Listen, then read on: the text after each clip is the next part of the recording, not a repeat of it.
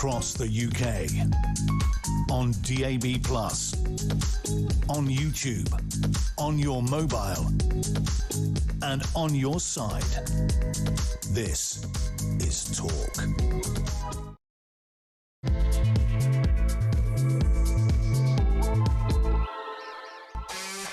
There you are. Good afternoon and welcome to Drive Time right here on Talk. Let's do it. Stand by for 3 powerhouse hours of news, views and topical debate. I'm your host, Kevin O'Sullivan, and I'll be with you all the way to 7 o'clock. Get involved, get on the phone and call me on 0344 499 1000.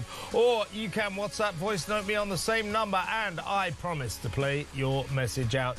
It is Thursday, March the 26th. Here's what's coming up. A Labour MP echoes what just about everyone else thinks as he declares, I do not believe that McSwindle's phone was stolen. Here's to independent-minded Carl Turner for daring to state the obvious, that the Phonegate saga surrounding former Downing Street Chief of Staff Morgan McSweeney's allegedly stolen mobile stinks to high heaven. I reckon there's a massive cock-up, there's a cock-up as well, but there's a massive cover-up going on here in a bid to spare the government's blushes over the messages that Starmer's right-hand man sent about getting his close friend Peter Mandelson into a job for which he was entirely unsuitable. After McSweeney and Mandy's other chum, number 10 Communications Supremo Matthew Doyle, achieved their goal of making their man Britain's ambassador in Washington, the results were catastrophic. Is the highly dubious nicked phone excuse an attempt to hide the embarrassing truth? And isn't it about time our supreme leader, Starmer, fully denied any wrongdoing? He's in Finland today saying, oh, it's just a conspiracy theory. That's not good enough, Starmer. That is not good enough. People want questions answered here. And you just going off on another one, yet another of your foreign jaunts and going, it's just a conspiracy theory. That's pathetic. That's pathetic. Not good enough. 0344 499 1000. Also on today's show, shock new figures reveal that more than 40,000 asylum seekers have been in taxpayer-funded accommodation for over a year. Meanwhile, more than 1,000 migrants have crossed the Channel illegally in the past week alone. They'll cost us 40 million quid over the next year. Is this the biggest shambles you've ever seen? 0344 499 1000.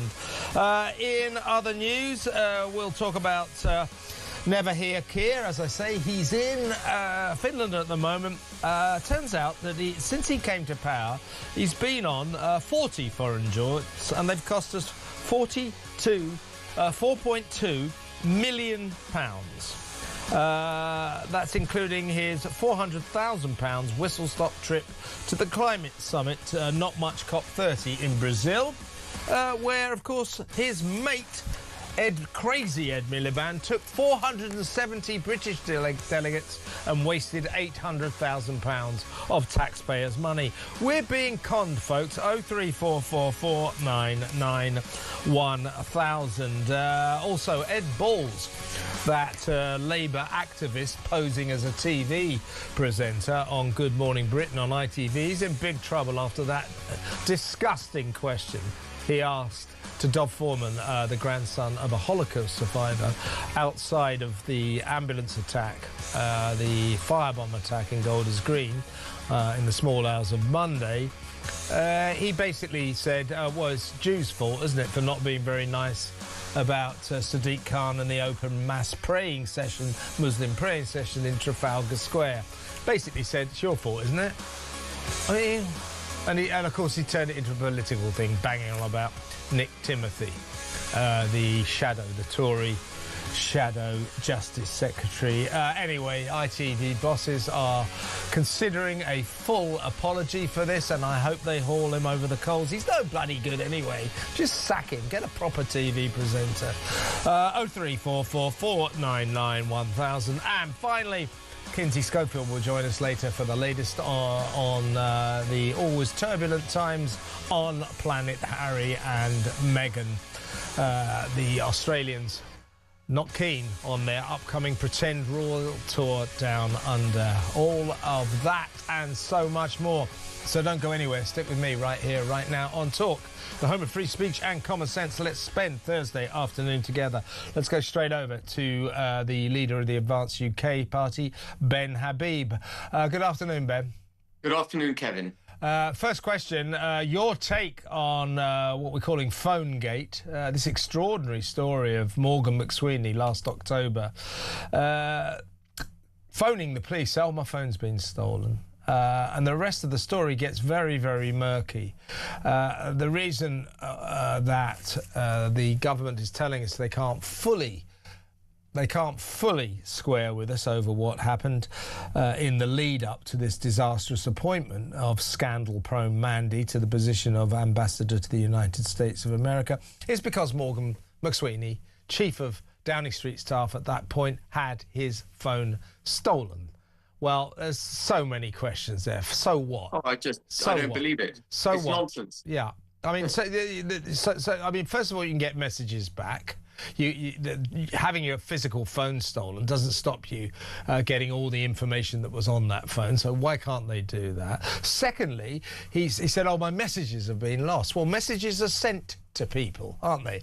So why don't we get those messages from the recipients, which would have been Matthew Doyle, the then head of communications at number 10 Downing Street, now Lord Doyle, of course, Mandelson himself, and indeed the Prime Minister. Get the recipients' phones. Let's get that information. This idea, oh, we've lost crucial messages because Morgan had his phone stolen, it just doesn't stack up, does it?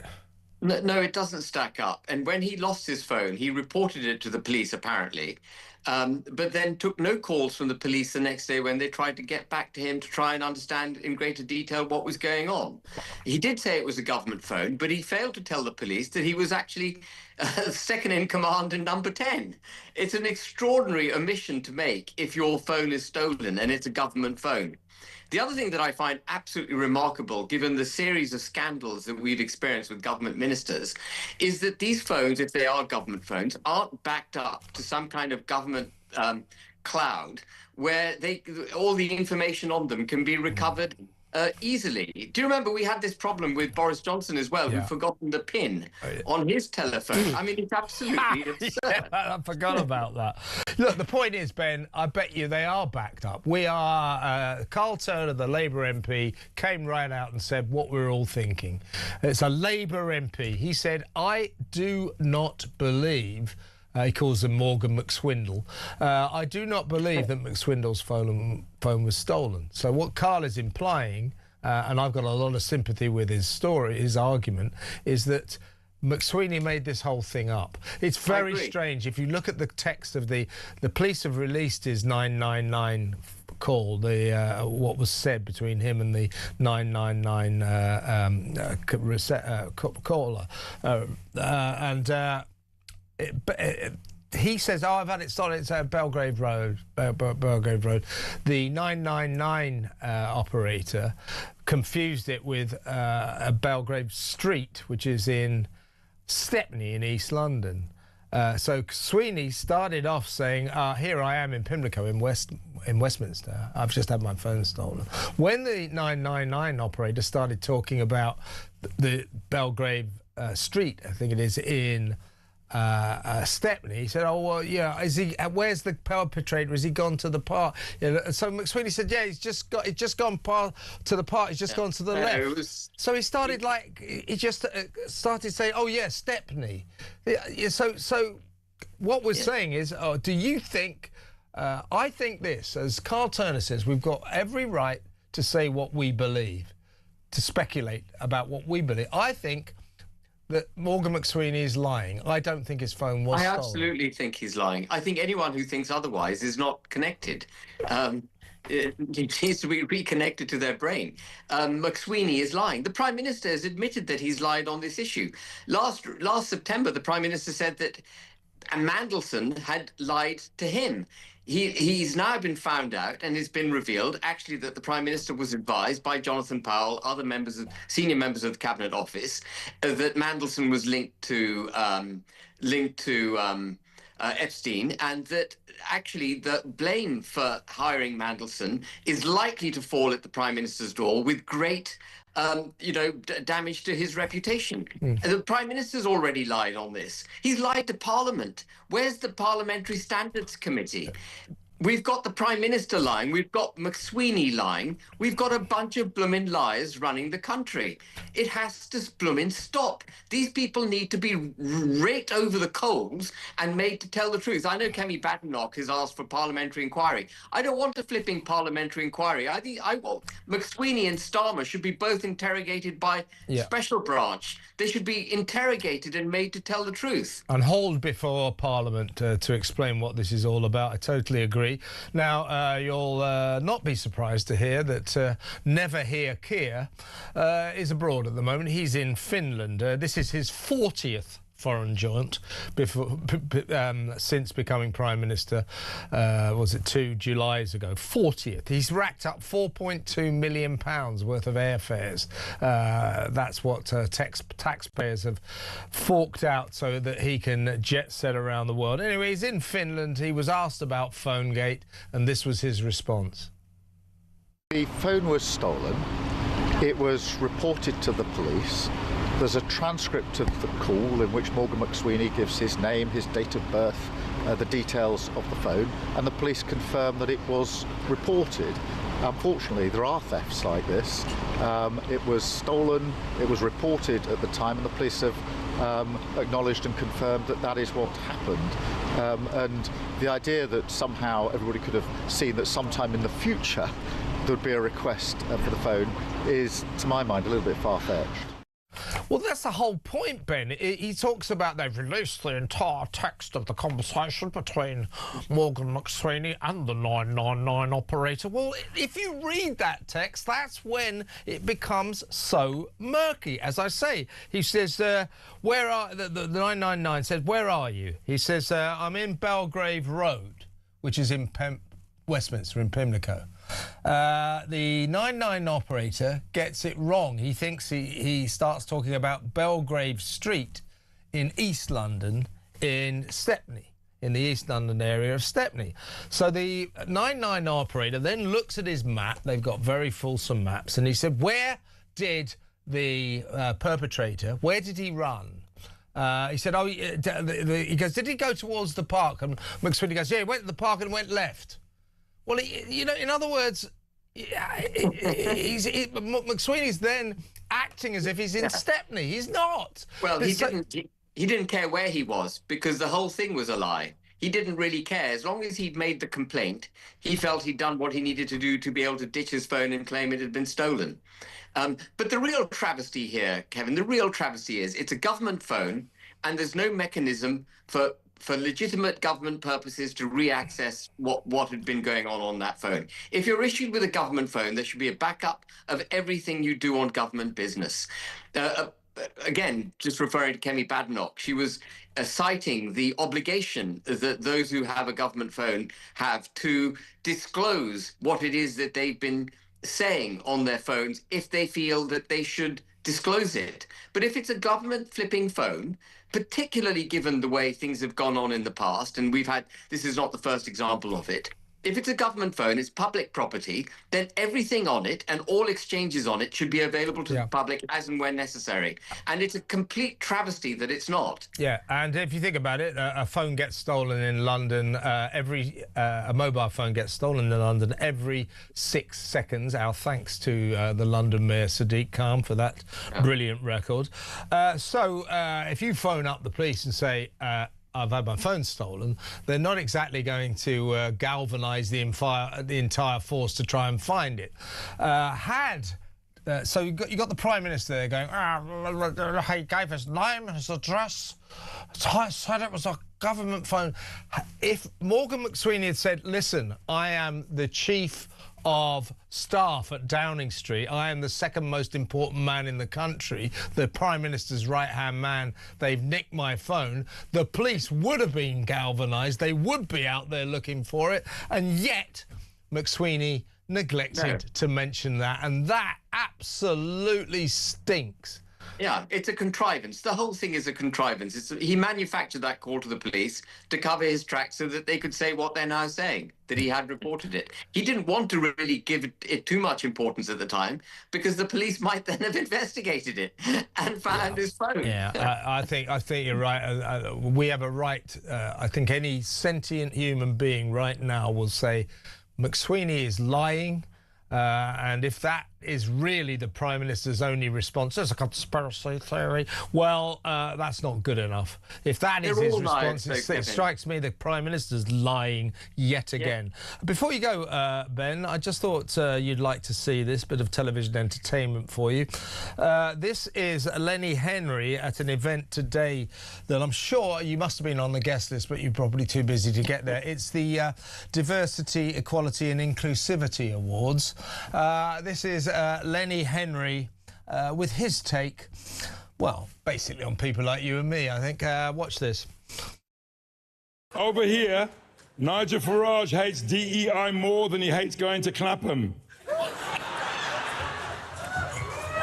He says we need to get rid of diversity in hiring and go back to our merit-based system. But here's what I know. We fought slavery and won. We fought apartheid and won. We fought Clause 28 and won. These people will never defeat us because they'll never share our passion. Poor Lenny. He means Clacton, not Clapham. But nice try. Not funny. Of course, Lenny has spent his entire career not being funny. But it's pathetic, isn't it? But what he's got so wrong, Kevin, in that little speech that he made, when he talked about beating slavery, beating Clause 28, whatever that is, I don't know what it is, fighting apartheid. It was a gay thing. It was a homosexual rights. I mean, what they were fighting against was prejudice in the system based on immutable characteristics. That's what he was citing. The fight against that had been successful. DEI is that same prejudice which needs to be debunked. The way you make people equal is not by being prejudiced either against or in their favor. The way you make society equal, people across society equal, is by making it absolutely verboten to discriminate based on your skin color, your immutable physical characteristics. You've got to go, the only form of discrimination that is acceptable and would have been acceptable to the blacks in 1965, was it 1965 when Martin Luther King was making this case? The only thing that matters is that your content of your character is judged, not the color of your skin. Lenny Henry's got his arguments wrong. They were arguing against prejudice. DEI is prejudice. We've got to get rid of DEI. I totally agree with you. But you agree, of course, don't you, with Lenny's proposal in his best-selling book. It's a real page-turn. I can't recommend it enough. The Big Payback, the case for reparations for slavery and how they would work. He co-authored that book. This is calling for us, Britain, to pay reparations to Caribbean nations, you know, because we used to own plantations and slaves there, £18 trillion, which would impoverish every... Take this seriously, Ben. Our national debt is £3 trillion. Yeah, £18 trillion, which would impoverish every man, woman and child in this country. Lenny Henry should be banned, really, shouldn't he? From existing, I think. I don't know if we could ban him from existing. But, you know, he's a lot better off himself personally as a result of the slave trade. You know, we've got to say this unashamedly. A lot of the vast majority of black people in the United States of America, in the Caribbean, in the United Kingdom, would not be here if it hadn't been for the slave trade. And their lives, frankly, are a hell of a lot better because they're here than they would be if they were still in Africa. This notion that subsequent generations have suffered as a result of the slave trade is completely false. The other thing I just want to quickly mention, since you mentioned reparations, the UN General Assembly has taken it upon itself yesterday to vote in favour of making the United Kingdom pay reparations. And our government abstained from the vote. What? It should have absolutely voted against it, but it tells you where the mind of our government is. It sat back and it heard the UN, which is an absolutely abhorrent organization, speak rubbish about the United Kingdom's past, foist penalties on us because of our past, finding us guilty without our government even making a peep. It is an absolute one thing any pro-British incoming government must do is leave the UN, leave all the bodies in the UN. Oh, let's just get rid of the UN. It's a waste of time. It's a talking shop for woke. Yeah, exactly right. Before the October the 7th, the United Nations, on average, condemned Israel 12 times a week. Listen, Ben, I've got to go due to time alone. Always great to talk to you. Thank you so much. Well, folks, Ben made there some very forthright statements. You know, those are his opinions. Americans or black people are better off in America than Africa. That's his view. You are free to agree or disagree. I just thought I'd better point that out. This is the home of free speech. You can say what you like. Let's go to break, and when we come back, we are going to talk about our migrant crisis, which is getting worse and worse and worse. That next.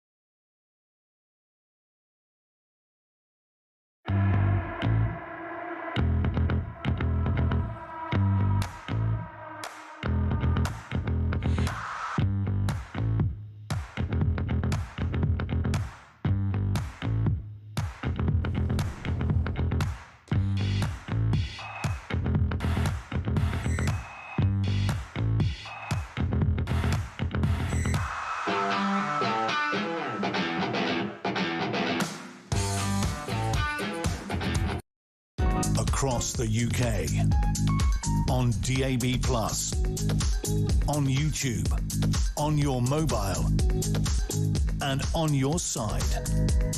This is Talk.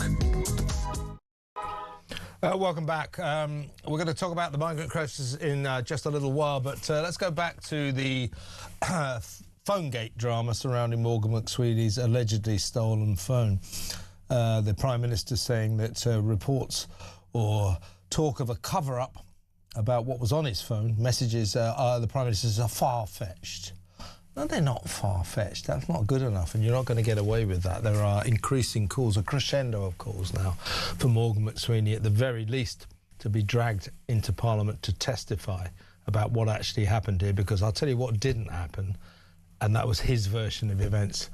No one could believe a word of what he's saying. Let's talk to former Conservative Special Advisor Charlie Rowley. Welcome, Charlie. Oh. Charlie looks as if he may have frozen. We'll get Charlie back in just a little while, but just to recap, I mean, the whole saga is ludicrous. So what's in the frame here are the messages that were being sent by Morgan McSweeney, Chief of Staff, Downing Street, back in October, and also the Chief of Communications there, Matthew Doyle, now Lord Doyle, and indeed Mandelson himself, in the run-up to the appointment of Peter Mandelson, Lord Mandelson, as our ambassador to Washington. These are important because that was a catastrophic appointment. Whatever these people were talking about, it will reveal what was wrong with their decision process. That's why we need to know what was on McSweeney's phone, and that is very retrievable. His story of theft just doesn't stack up. It's like a bunch of little boy lies. It really is. Let's talk to former Special Advisor Charlie Rowley, who I hope we've got back now. Hi, Charlie. Hi, Kevin. Sorry about that. I'm with you loud and clear. Not your fault. Probably our end. Now, look, this Phonegate, the whole thing just stinks to high heaven. You know, it's like it's fishier than Billingsgate Market. Everything about this story doesn't stack up. But, you know, first of all, you got this 999 call that he made back in October. So he goes, "Oh, hello, my phone's been stolen," and then, you know, there's this confusion. He says, "Oh, I'm in Belgrave Road in Westminster in Pimlico." The 99 operator gets the wrong end of the stick and thinks he's in Belgrave Street in Stepney, and starts saying, "Oh, are you near the park?" And so McSweeney starts going along with it. Yeah. He said, "Well, what was the perpetrator?" "Oh, it was a black guy. He's just gone left near the park." Yeah. So he starts acting like he is in Stepney. So that's all very, very weird. Then we get this story. Well, the thing is, now we've lost his phone. We'll never get those messages back. Where do they get that from? Of course you can get the messages back. Don't tell me, "Oh, well, when you wipe a government phone, they're absolutely irretrievable." Rubbish. They can get these messages, and we all know it. Secondly, even if they can't, when you send a message, there's a thing called a recipient. As in Matthew Doyle, as in Peter Mandelson, as in maybe even the Prime Minister Keir Starmer. So get their phones and then you'll find out what Morgan's messages are. You know, this, "Oh, I'm sorry, they're lost forever. What a shame." It's like a little schoolboy saying, "I'm sorry, I did do my homework, but the dog ate it." It's pathetic. You're absolutely right, Kevin. And look, you know, the idea that on the back of where we've seen before text messages and WhatsApp messages being exchanged between special advisors and prime ministers and senior officials during the COVID inquiry, these shambolic messages, these disgusting messages that were exchanged between the cabinet secretary, senior officials in number 10, senior special advisors. Since then, government should have made it absolutely possible, entirely possible, to ensure that every message that is sent between an official or a special advisor to a public servant, so in this case Peter Mandelson, that should be backed up, that should be recorded. Even with the idea of on WhatsApp and some other instant messaging services, you can have an auto-delete and disappearing messages after a certain amount of time. That should never and not apply to government officials that is government property, it has been lost, whether or not the phone was stolen or not. And there'll be lots of people, I think, understandably, because of the way in which you set out the chain of events there, people will be sceptical as to what actually happened. And the idea that Morgan McSweeney didn't even bother saying to the police that he was the chief of staff. I mean, that's extraordinary. As I said earlier, Charlie, look, you know, it's not, nobody will blame the police for not sort of doing an APB galvanised into a massive action because somebody reports a stolen phone, because a stolen phone or a phone gets stolen in London every 6 seconds. However, had Morgan McSweeney have said, listen, my phone's been stolen and I'm the chief of staff at Downing Street, the Prime Minister's right-hand man, there are government secrets on that phone, the police would have galvanised. They would have gone out there, they'd have probably found the guy. So why didn't he mention that? As I say, why did he not correct the narrative when the operator kept referring to Belgrave Street in Stepney? Why did he not? Why did he say no? I'm in Belgrave Road in Westminster? Was he in fact anywhere near either of those places? Why did he confirm to the operator that the thief ran towards a park in Stepney? And my last point is, if, as seems very unlikely, it is impossible to retrieve McSweeney's messages, get them from the recipients. It's not difficult. The people who are involved in the vetting process, bizarrely, were Mandy's best friends, McSweeney and Matthew Doyle. Get Matthew Doyle's phone, I would get the Prime Minister's phone, and of course the police have already got Mandelson's phone because they've seized it because they're investigating him. So check their phones, you'll get the messages. Don't tell us we can't see these messages. There are huge demands now, Charlie, for McSweeney to be hauled to Parliament forthwith, very quickly, to explain himself, and that needs to happen, doesn't it? I think it's got to now, Kevin, because this story will continue to rumble on, continue to bedevil and bedog the Prime Minister that's already on dodgy ground with his own membership in terms of support there that seems to be draining away. We're not too far from the local elections where people will have their verdict and able to go to the ballot box and vote. And so, you know, it's not looking good if you follow the polls at the minute for the Labour Party. So in order to move this whole saga on, where the Prime Minister has apologised for that appointment, it should never have been made in the first place. I don't think anyone would have made that appointment knowing that Peter Mandelson still, or had a relationship, or continued a relationship, I should say, with a convicted paedophile, even if he denied it. We knew it was there because it was in the public domain. Yeah. So the Prime Minister made a terrible error of judgment, the only way, which he's apologised for, but the only way to move the story on, because we need more information as to how that appointment was made, why did he delegate it to Morgan McSweeney and Matthew Doyle, as you say, what conversations were they having with Peter Mandelson? Because if it is the case that it comes out to say that, for example, Morgan McSweeney and Matthew Doyle just said to Peter Mandelson, don't worry, we know that it could be uncomfortable. Leave it with us, I think. Yeah. Leave it with us. Yeah, exactly right. And the reason that these messages have to be investigated and why they're important is that Morgan McSweeney has subsequently admitted this was the mistake of my career. This was a bad mistake and it shouldn't have happened. I take full responsibility. Well, we need to know why he made that mistake, what led up to that mistake, and therefore the Prime Minister is not going to get away with saying reports of a conspiracy theory are far-fetched. It's not good enough, Charlie.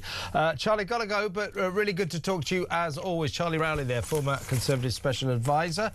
When we come back, we're going to talk about this extremely concerning report, new statistics revealing that there are thousands and thousands, more than 40% of asylum seekers in taxpayer-funded accommodation have been there for over a year. More than 40% of them. That's not good, is it? We'll talk about that next.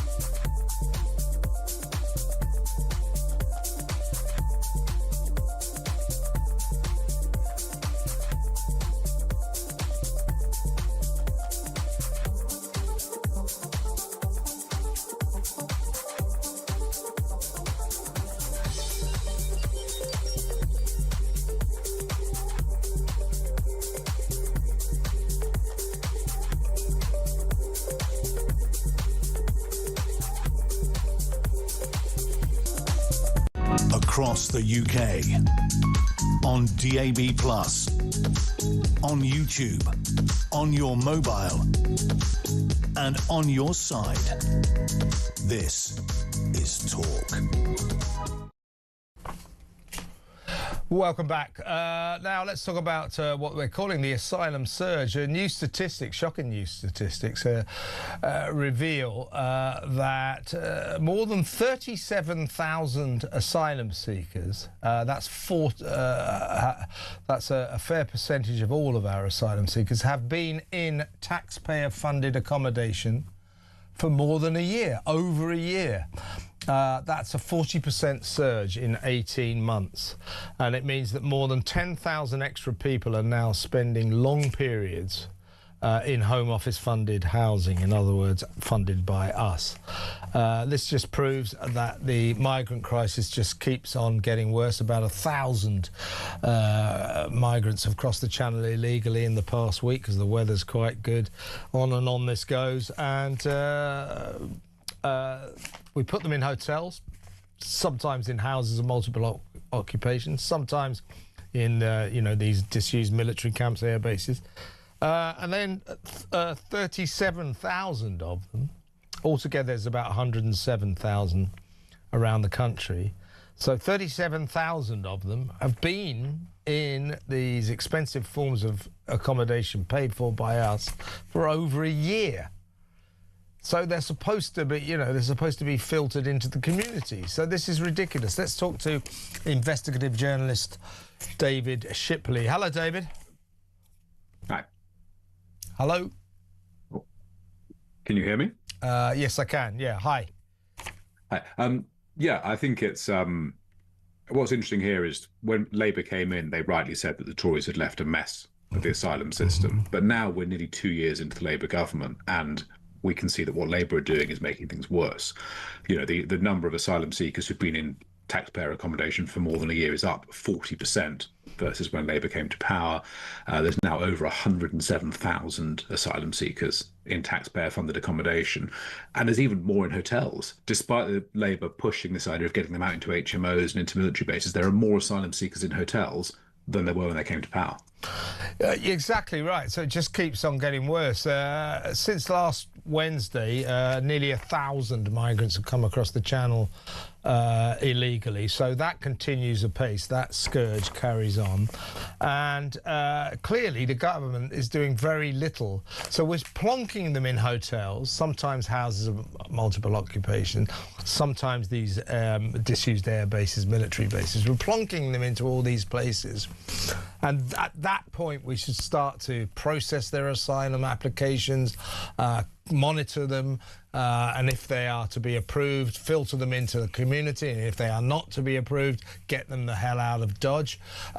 Instead, we just stick them into these hotels, HMOs, military bases, and just leave them there. Bearing in mind that that costs us a lot of money anyway, apart from the sheer cost of the accommodation. All of them are getting at least £50 a week benefits. They get free food, free doctors, free dentists, free lawyers. So this government is just allowing this ever-increasing mounting of costs to build up and up and up and doing nothing. This is a situation of expensive stagnation, isn't it? Yeah, and I think the government's had a big push on getting the first decisions for asylum seekers made more quickly, and they have increased those. But actually all that's done is increase the backlog of people waiting for appeals, so the net effect has been very little. I think it's important to remember, actually, that even when asylum seekers do get a decision, we're very bad at deporting them if we say no. And if we say yes and we grant asylum, then invariably what happens is they will declare themselves destitute and then be entitled to housing. And actually, if we look at these groups that are coming over here, their long-run economic activity is really, really low. So they will cost us hundreds of thousands of pounds each over their lifespans. There is no good financial argument, certainly, for any of this. And just to remind everybody, each one of these migrants that comes across the Channel, pretty much 1,000 since last Wednesday, They cost us £40,000 a year. So since last Wednesday, we've had £40 million worth of migrants have turned up here. That's how much it's going to cost us over the next year. That's just 1 week. So the costs involved here are astronomical, billions and billions and billions every year. But what we need here, David, isn't it, is activity on the part of the governments. We need dynamism. Instead, it's clear we've got 107,000 migrants in asylum seeker accommodation that we're paying from around the country. 37,000 of them have been in the accommodation that we pay for over 12 months. That is ludicrous. That is ludicrous. It just proves that the government is treating these accommodation centres, the hotels, £100 a night per person, the HMOs, the disused air bases, just like dumping grounds, human dumping grounds. Just shove them in there, just forget about it. That's basically what they're doing, isn't it? Well, I think you used the word ludicrous, and that's absolutely right. But actually, the whole system is ludicrous. You know, the refugee system that was designed after World War II was designed for a very different world, without mass travel. It wasn't meant to be a system to allow anyone who wants to travel to Britain to get here and then say that their life's at risk. It was supposed to help people specifically fleeing genocide and war in individual countries. And what we've got at the moment is a system where politicians seem to be stuck inside this cage of our own making, of laws and treaties which we started to believe are, you know, like the geography of the world, but actually they're just laws, they're just treaties. We can change them, and we need to actually change the whole system, because the reason people keep coming is because they know there's very little chance they'll be deported, they'll get paid for while they're here, and they'll have a much better life at our expense, and that just doesn't work anymore. Yeah, and the message right now, David, I guarantee you there's thousands and thousands of migrants gathering around the beaches of northern France, around Calais, the area that used to be called the jungle, because that's where they all hid out before climbing onto small boats. The word among those people is, look, you get into a small boat, once you get over there, chances are they'll put you into a very nice hotel, and you know, then they'll give you money, they'll give you free food, doctors, dentists, and you can just get on with your life, and they won't bother you again. And that's clearly the story. You know, for over a year with nothing happening to people who are in £100 a night hotels. That is a taxpayer's scandal, isn't it? It absolutely is, and that's before we start to look at the crime wave being committed by asylum seekers from some particular countries, especially Afghanistan, for example. And also, you know, they don't even have to cross the whole channel. I think people imagine they have to make this perilous crossing. They get out into the channel, and then our border force intercept them, take them safely off the small boats, then bring them ashore. They're not even having to do the whole journey. We are intercepting all these boats and then choosing to bring them here to live in our towns and cities at great expense. Yeah, it's the Border Force and RNLI water taxi service. Yeah, we go out halfway across the channel, pick them up and bring them in. That may be a life or death issue. I mean, I can sort of understand it, but it's exactly what makes people so furious. You mean these people are trying to break into our country illegally. They are involved in an unlawful crossing of the English Channel in an unlawful vessel, a small boat.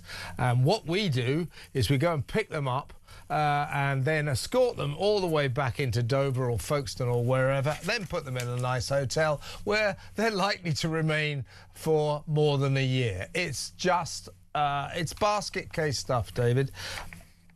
It is, and I think, you know, what we've lost connection with in this country is that the state is supposed to care for the interests of its people, of its citizens. Yeah. It is no longer in the interest of the British people to have an asylum system like this, which encourages, you know, 50 or 60,000 people a year to cross the channel illegally, enter the country illegally, and then live here at our expense. We have to bring that system to an end. Well said, David. Really good to have you on the show. Come on again soon. That's David Shipley, investigative journalist. What do you think about this madness?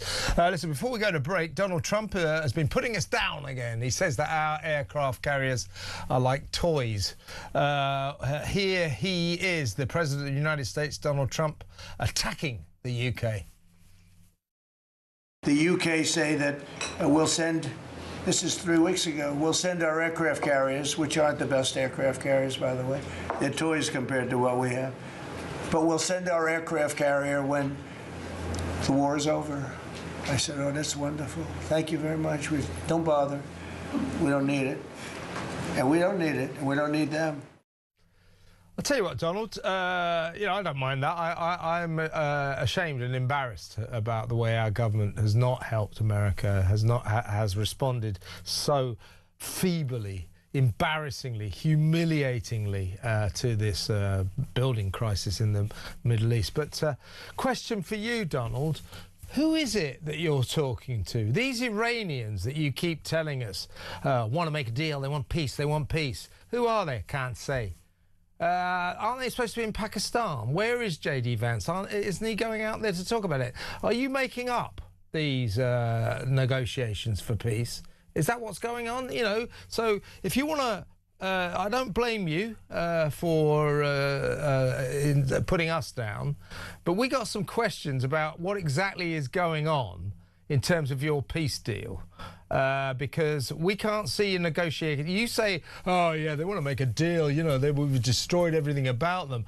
We're negotiating, yeah, they want to make it with 15 points. And then the Iranians say, well, who are the Americans negotiating with? Themselves? Because it's not us. What is going on here? 0344 499 1000. Do you think our aircraft carriers are toys? Let me know. Let's go to break. And next up, we'll talk about jet-setting, high-flying Prime Minister Keir Starmer. Have Prime Minister's role will travel. That is his maxim. And he's spent more than £4 million of our money jetting around the world since he became PM. We'll talk about that next.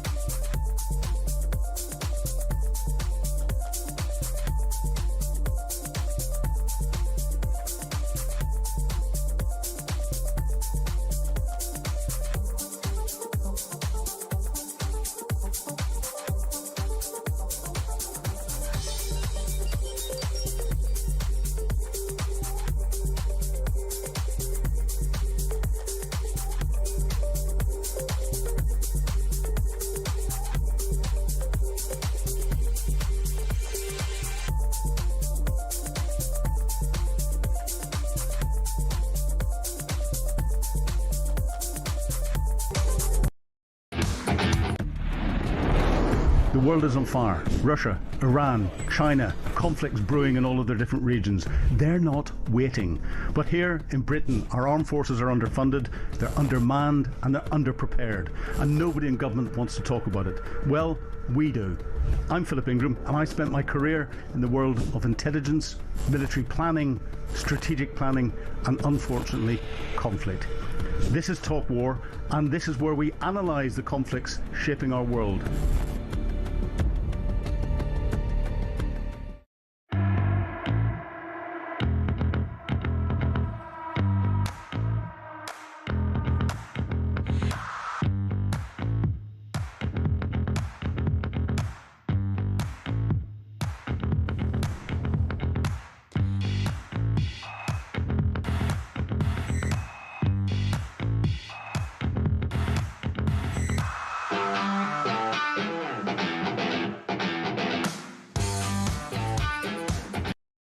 Across the UK on DAB+, on YouTube, on your mobile, and on your side. This is Talk.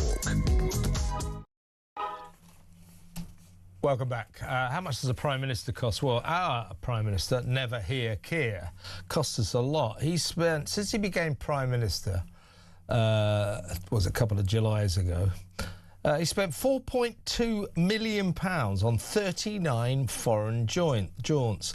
Now, I say 39 because he's in Finland now, so I think we can hike that up to 40 foreign jaunts. He spent £400,000 alone on a whistle-stop visit to that ludicrous climate change nonsense, not much COP30 in Brazil, where, of course, to add to our costs, the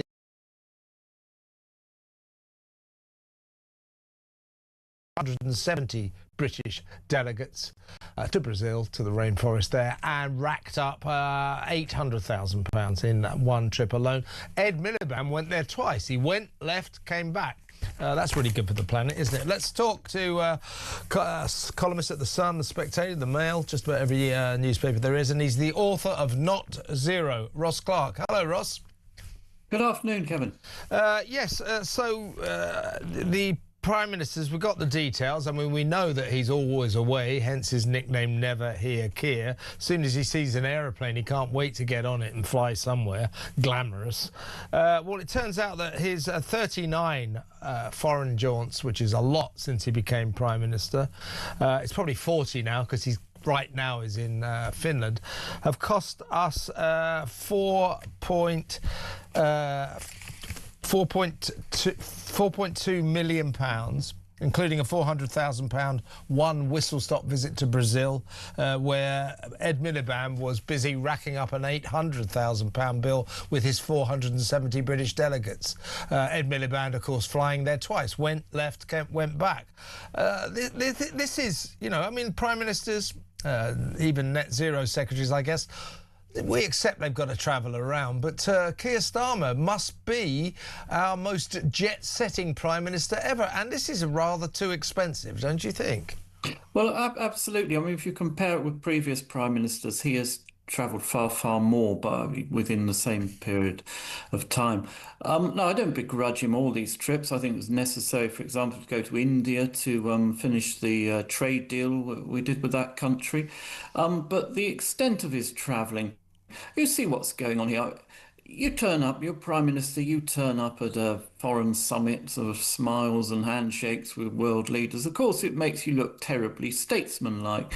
But what you're really doing, of course, is on many occasions, he's avoiding problems at home. It's relatively easy to do foreign affairs in the way he does them, which is, you know, just turn up and grin with your fellow leaders. But, you know, his real job should be running Britain, to be accountable in the House of Commons, and to, you know, address very many issues we have here of a sort of failing economy and as a result of his own government's economic policy in many cases. So it's the extent of his travelling which is beginning to grate a little bit. And of course, it's not just him, as you mentioned, Ed Miliband. I mean, not just the cost. Think about the carbon emissions of these trips, where they always. Well, both of them went. You know, the Prime Minister's trip to the COP30 jamboree in the Brazilian rainforest. That cost, because there was a whistle stop for it, £400,000 alone. Meanwhile, Ed and the obscene 470 British delegates were racking up a bill of £800,000 for that event. And, you know, when you consider that COP30 is all about, you know, allegedly trying to save the planet and to, you know, rail against the horrific carbon emissions spewed out by aeroplanes mainly. 470 people flying there and back I mean, it's just hypocrisy, isn't it? Yeah, the hypocrisy is astounding. And of course, Ed Miliband is continually telling us that we must fit heat pumps to our houses, buy electric cars and so on. We certainly didn't fly to Brazil on an electric plane. These are, I mean, if you're going to try and lecture the public and they've got to change our lifestyle to save the planet, well, I mean, the very first thing you've got to do is start setting an example yourself, isn't it? And why can't a conference like COP30, why can't it be held online? Or why can't substantial parts of it be held online? That's what you want to say to particularly the Prime Minister. Have you ever heard of Zoom? Well, exactly. Or FaceTime. You don't actually have to go to these pieces. And I'll tell you, another thing that's worrying me at the moment, Ross, is, well, it's not so much a pressing issue now, but in the past, the Prime Minister's away. He's abroad. He's going to need to get hold of his Chief of Staff back in Downing Street, and Morgan McSweeney's always getting his phone stolen. So there's another reason for the Prime Minister not to go abroad. Well, exactly. We're in a sort of international emergency at the moment as well, and I don't think flying off to Finland, I'm not quite sure what he's doing in Finland. Nobody quite knows. Maybe he's skiing. There's some lovely skiing in Finland this time of year. I've been there, but yeah, I mean, you know, we are in an international emergency. The OECD today saying that the UK economy is going to be more affected than any other by this crisis, war in Iran. You know, oil price surge that's followed it. You know, Keir Starmer should really be in Downing Street addressing this crisis now. Right now. He doesn't need, there's no, I know he doesn't need to be in Finland. He just likes travel. Ross, really good to talk to you. Ross Clark there, columnist for The Sun. When we come back, Trevor, Kavanagh on all the big stories. Stick around.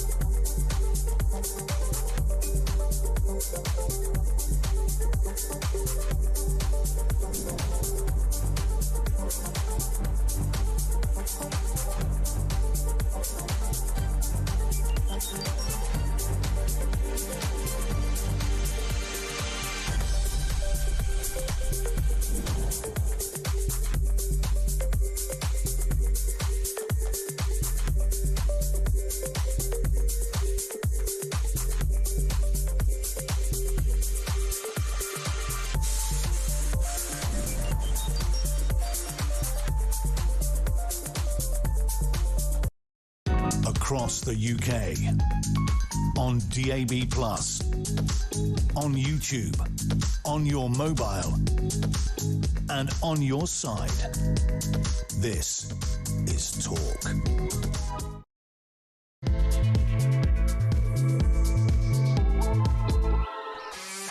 Welcome back. Let's go to my first guest for this second hour of tonight's drive time. He is the former political editor, now political columnist at the Sun newspaper, Trevor Kavanagh. Welcome, Trevor. Hi, Kevin. Well, I need to get your take on Phonegate, Morgan McSweeney's extraordinary story. It simply doesn't stack up, and the Prime Minister, this government, owes the people an explanation. What has happened here? Because Carl Turner, Labour MP, I think spoke for the nation when he said, "I do not believe that Morgan McSwindle, as he calls him, that his phone was stolen." There are so many holes in this story. You know, he said, "Oh, I'm in Belgrave Road in Westminster." He went, "Oh, hello, I've had my phone stolen." "Where are you?" "Belgrave Road, Westminster." The 99 operator thought he said, or confused it with Belgrave Street in Stepney, and said, "Oh, the perpetrator, did he go towards the park?" Because you're looking at his map. And McSweeney goes, yeah, that's what he did. Yeah, he went left. Well, the park's in Stepney. He said he was in Westminster.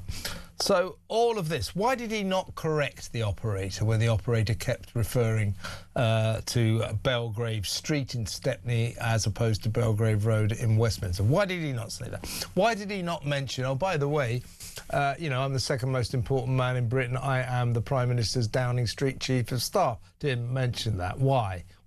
Can't blame the police for not doing anything for another report of a mobile phone theft. A phone gets stolen every 6 seconds in London. So had he have said that he was Chief of Staff at Downing Street, the police would have gone out there and found the damn thing. And lastly, Trevor, this idea that because he lost his phone, the messages about Peter Mandelson and his appointment to the position of our ambassador in Washington were lost forever. That's nonsense. There are so many, you know, first of all, I don't believe they're not retrievable.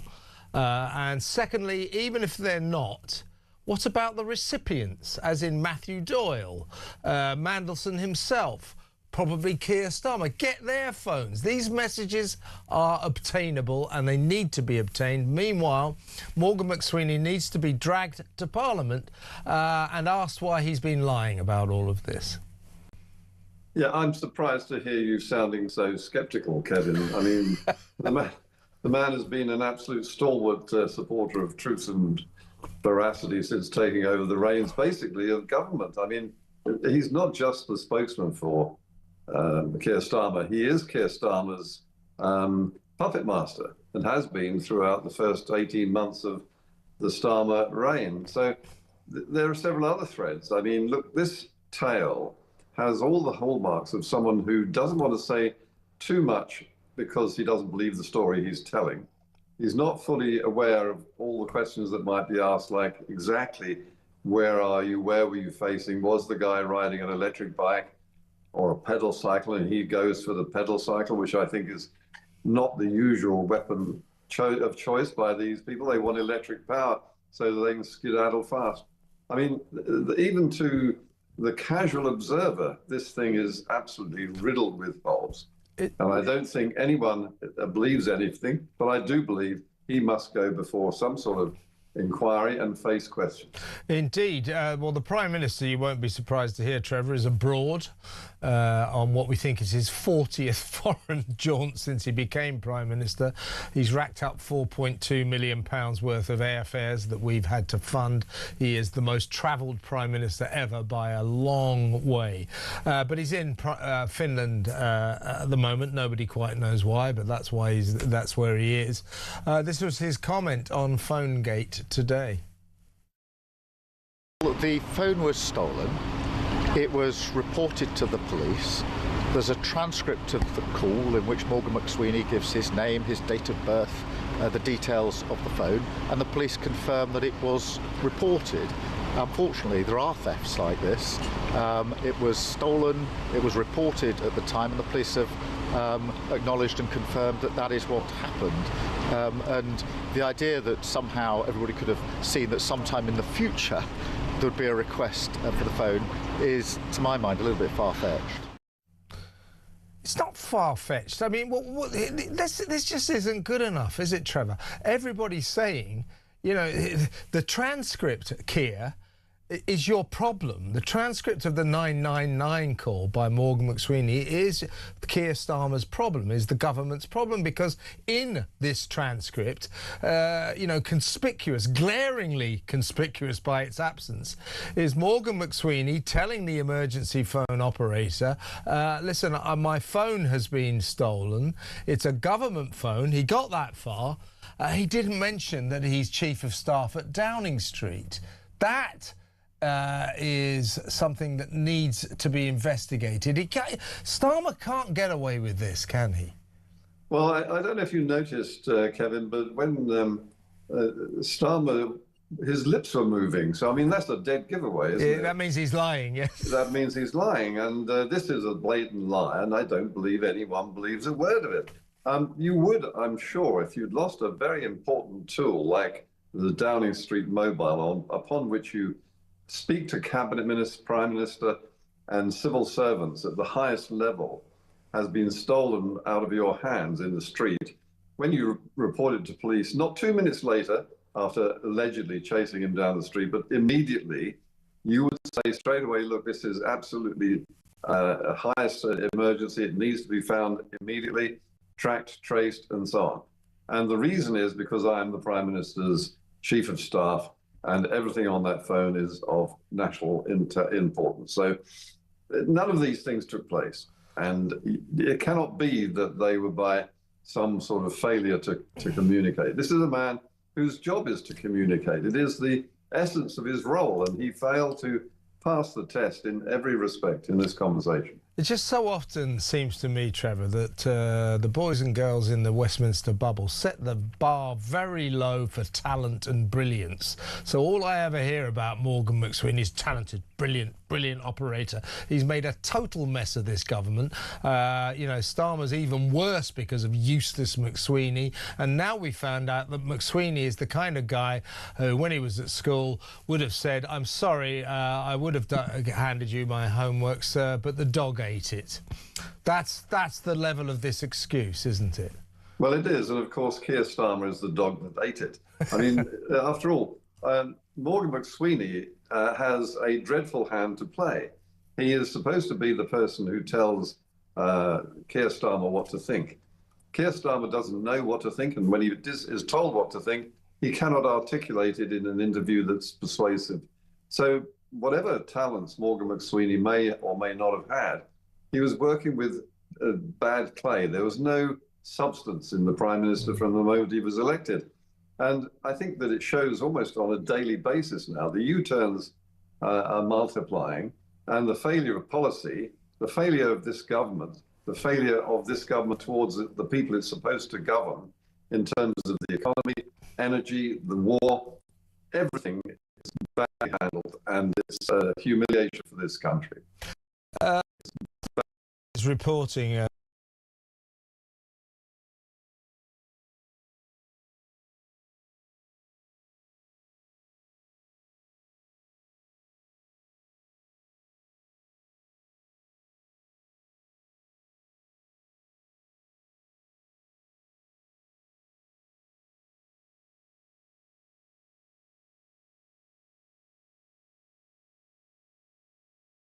so again, this is getting ridiculous. I mean, I actually would have thought, since he's under a police investigation, that the cops might have his phone, but apparently not.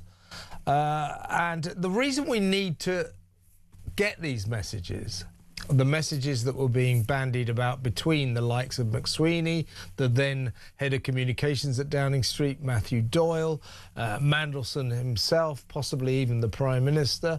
The reason we need to get these messages is because they will tell the story of how this man, Mandelson, who was totally unsuitable to be our ambassador, how these idiots came to give him the job, how they plotted to give him the job. That's what we need to see. And that's why, as you said earlier, Trevor, call me cynical, but that's why I would suggest that Morgan McSweeney has made up this cock and bull story about losing his phone and is pretending that that means the messages on it have gone forever. I don't believe they have, but that's why we need to get all of these messages. In a way, it's worse than that, isn't it? It's not just telling fibs to the police, which is bad enough. It is a deliberate obstruction of justice and an obstruction of the police in their pursuit of criminal activity or alleged criminal activity.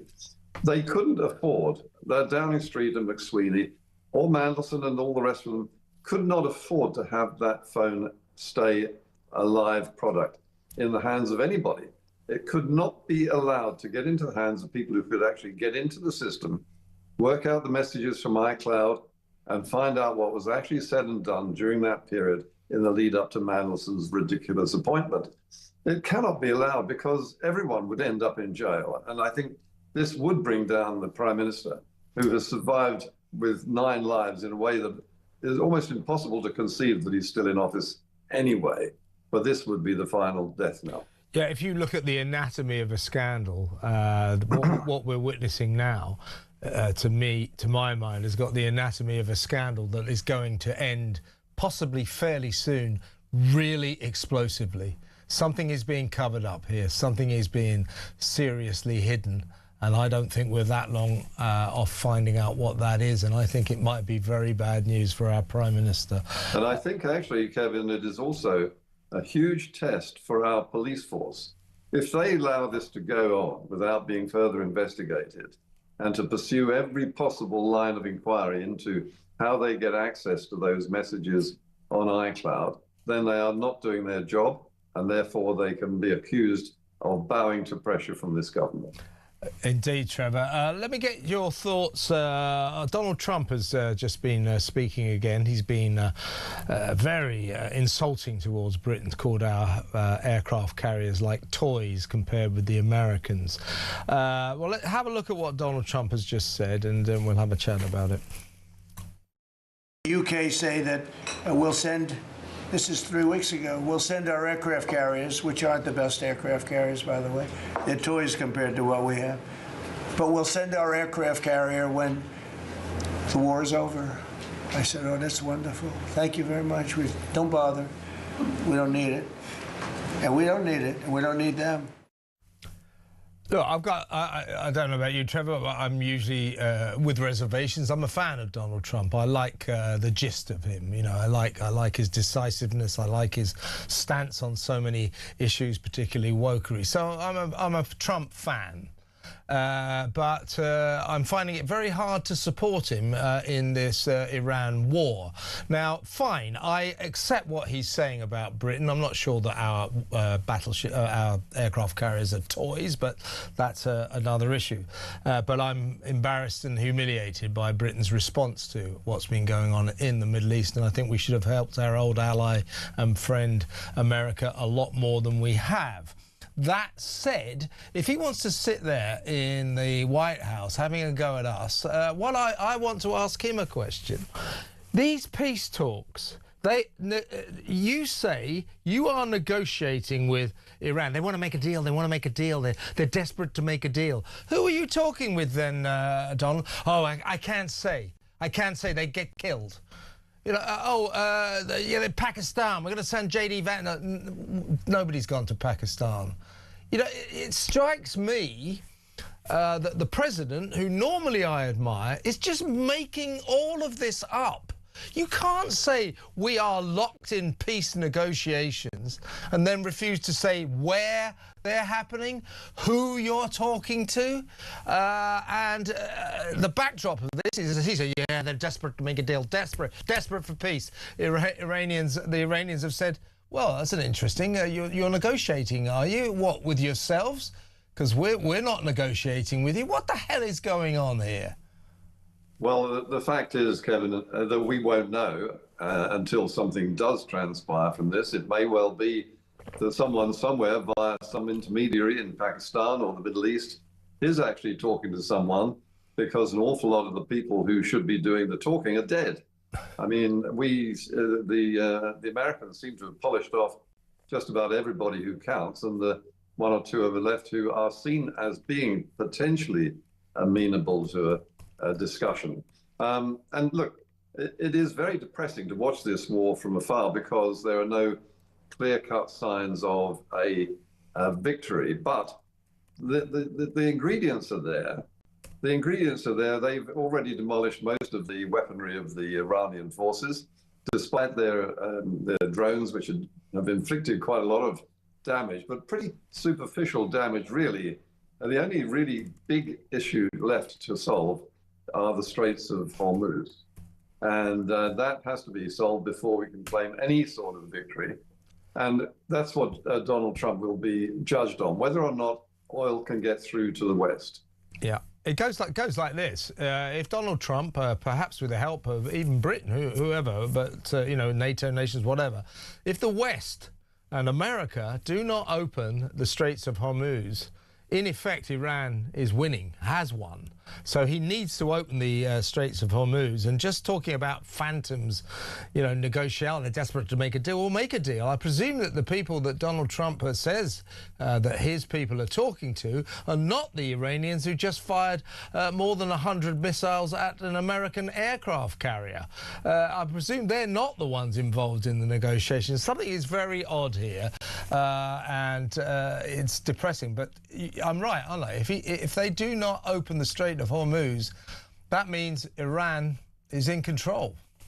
Well, it is, but up to a point. So, I mean, look, they are beginning to deploy people who, with boots on the ground, they might invade Karg Island, which is a very strategic point of battle. And we have yet to see the full strength of the United States Armed Forces deployed in this attack. It's been basically air and naval power, and that has been limited in its effect.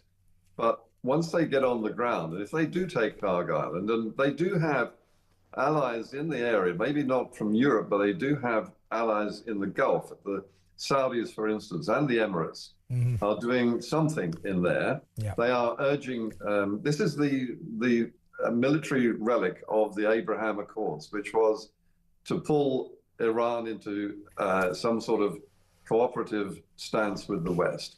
And in the Abraham Accords, it was all done or intended to be done peacefully. Now it's gone military, and I think the Saudis have to come to the party. Yeah. It is a Middle East war, and the West needs to get involved too. But it's not all over, and I don't think that Trump has lost yet. And I certainly don't think Iran is winning. No, but he's got thousands of troops now in the Middle East, and I think by the weekend, because he's put a 5-day limit on it, I suspect that there will be American boots on the ground, because you cannot reopen the Strait of Hormuz without putting boots on the ground. It'll take 20,000 troops, they say. So that has to happen. But if it doesn't, if this Strait of Hormuz stays closed, that gives Iran the upper hand. So turbulent and interesting times, Trevor. Good to talk to you. Thank you so much, as always. The brilliant Trevor Kavanagh there, political columnist at The Sun. Let's quickly take a call. Let's go to Ian in Bridgend. Ian, hello. What would you like to say? Hello, Kevin. Just to say, you know, the state of we're in at the moment, we seem to be the epitome of a banana republic with open borders, crumbling economy. Our politicians are at best incompetent, at worst corrupt. At least you're in Wales. They're all leaving the sinking ship. Drakeford and his Labour idiots, quite a few of them, they're not standing next time. So. Well, you're either going to get Reform or Plaid Cymru, aren't you, as your next governors, as it were? Yes, plenty of clowns going to vote for Plaid, thinking they're Welsh nationalists, but they're the biggest globalists going. But Labour are third, aren't they, behind Reform and Plaid Cymru, right? Yeah, that's right. And there's this rumour going around about Reform and Restore coming to some sort of agreement, isn't there? So we live in hope here in Wales, and hopefully we can give a bit of hope to you in England then when the general election comes round. I'll believe the Reform Restore Pact when I see it. Not a lot of love lost between Rupert Lowe and Nigel Farage. So I'm surprised, but there's some speculation. No, I've read it myself, Ian. Ian, really good to talk to you. Great point. Thank you for ringing. Ian in Bridgend. Let's go to break. Yesterday we covered the story of the National Trust deciding to prioritise embracing traditions of different cultures. This is the organisation that runs stately homes and places of historical interest around Britain. Why would they want to embrace traditions of different cultures? We'll talk to the co-founder of Restore Trust, which, if you like, is a sort of organisation, volunteers that work for the National Trust, that wants the National Trust to return to its traditional role. We'll talk to Cornelia van der Pol after this break.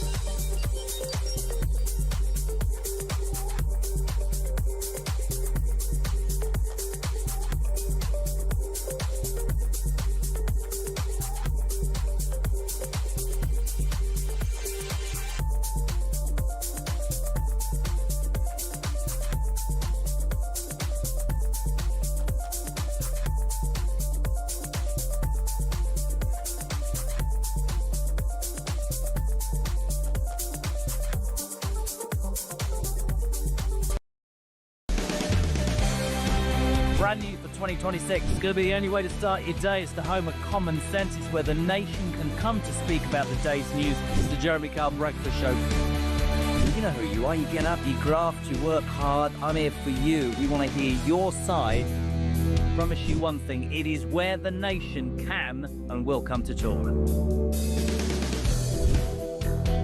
The Jeremy Kyle Breakfast Show, weekdays from 6 a.m.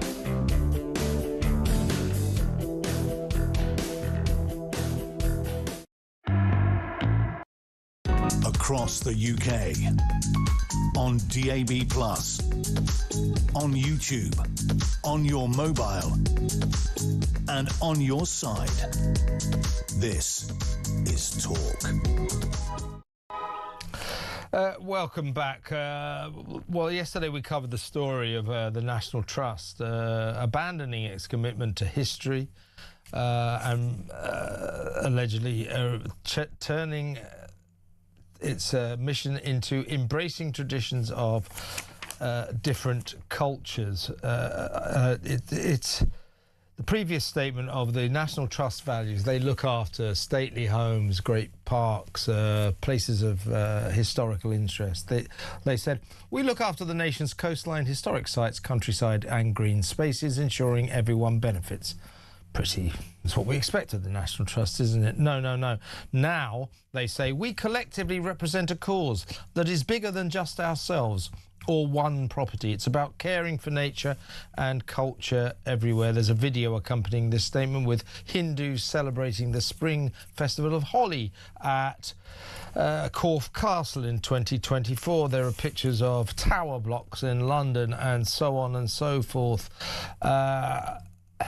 Well, look, within the National Trust, there are people, or people who used to work there, who still, in my view, understand what the National Trust should be about.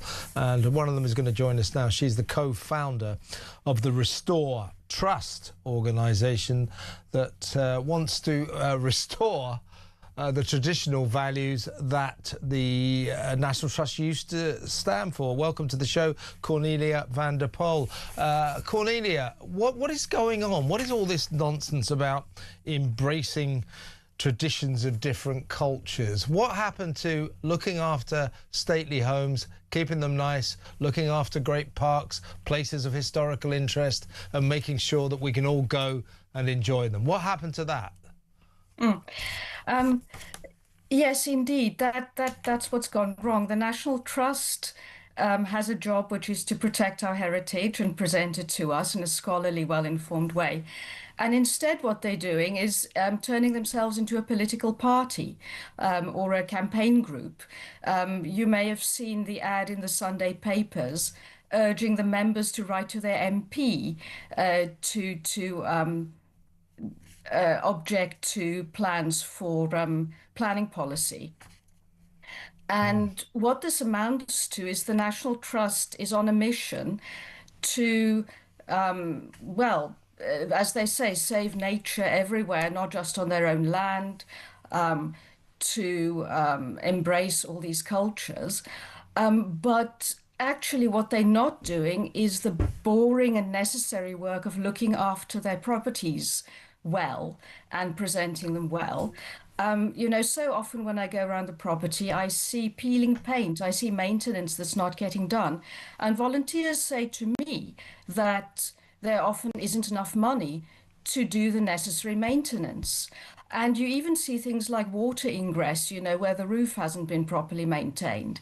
So there is this problem. They're good at doing glamorous, big conservation projects like the Gideon Tapestries at Hardwick Hall, but they're not so good at the everyday routine things. And another problem is that volunteer numbers have tanked. Now, this video that you mentioned is, I would say, an attempt at re-educating the volunteers. It was circulated to volunteers and staff to signal to them this new direction. And as you can imagine, it's incredibly demoralizing for the volunteers who just want to be supported, to look after their properties and to show them to the public to the best of their ability. And now instead they have to embrace this dogma. And very often volunteers, you know, have told us they feel the message is like it or leave. You know, that if you don't want to get with the program, you're not really welcome. It's, as I said, the mission used to be we look after the nation's coastline, historic sites, countryside and green spaces, ensuring everyone benefits. Now the slogan seems to be together we thrive, we all need nature, it's a matter of survival, and we all need culture, it's what humans do. They go on to say we collectively represent a cause that's bigger than just ourselves or one property. It's about caring for nature and culture everywhere. And as I say, that is accompanied by a video of Hindus celebrating the Spring Festival of Holi at Corfe Castle in 2024.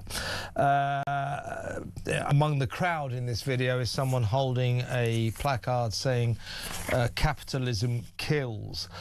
I mean, what's the idea here, Cornelia? What, you know, if I go to a National Trust site, you know, be it a stately home or a beautiful area of countryside or Lizard Point or Glastonbury Tor, I guess what I expect of the National Trust is you keep it nice, you maintain it, and you make sure that, you know, I or everyone else enjoys that. That's what I see the role of the National Trust, not this kind of embracing of foreign cultures. I've got nothing against foreign cultures. I just don't see why the British National Trust would want to embrace foreign cultures.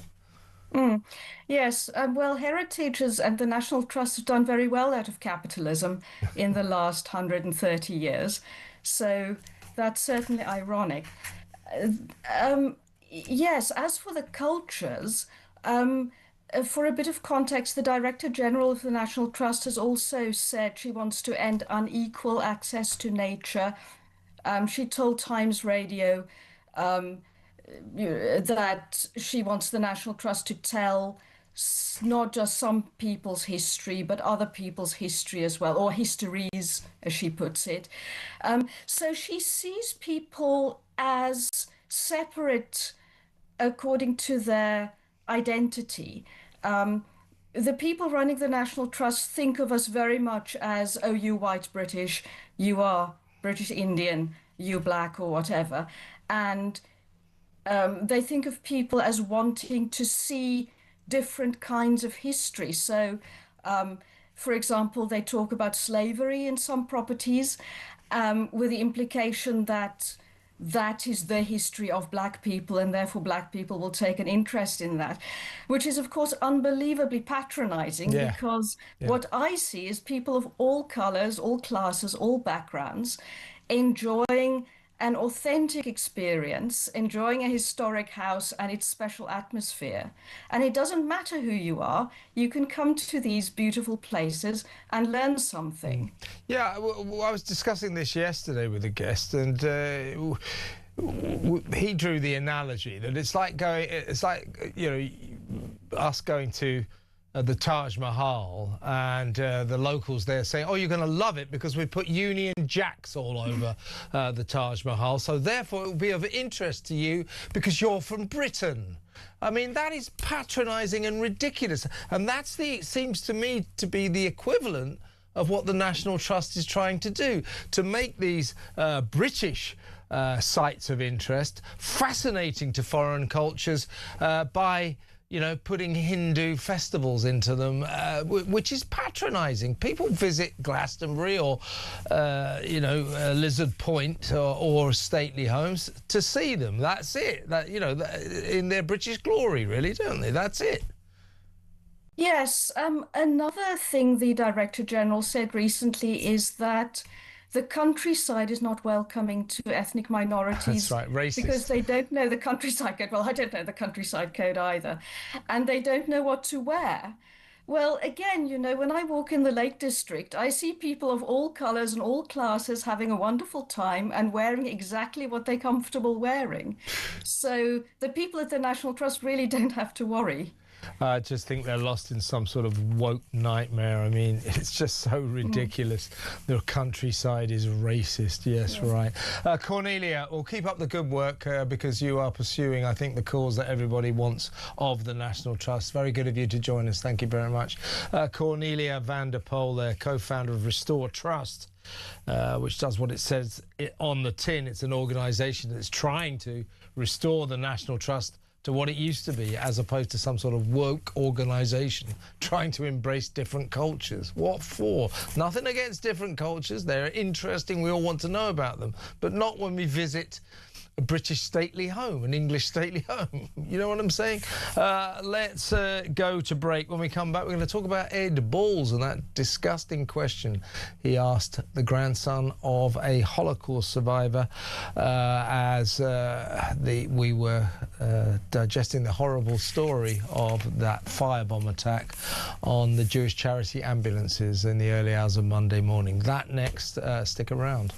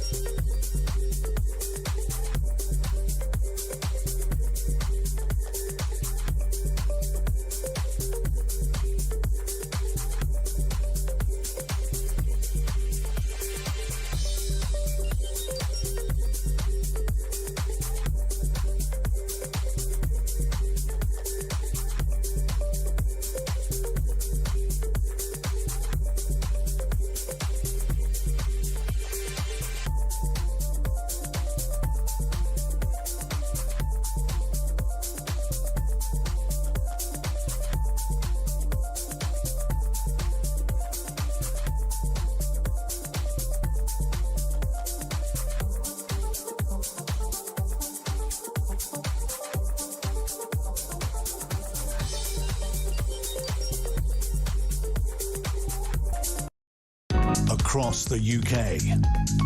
On DAB+, on YouTube, on your mobile, and on your side.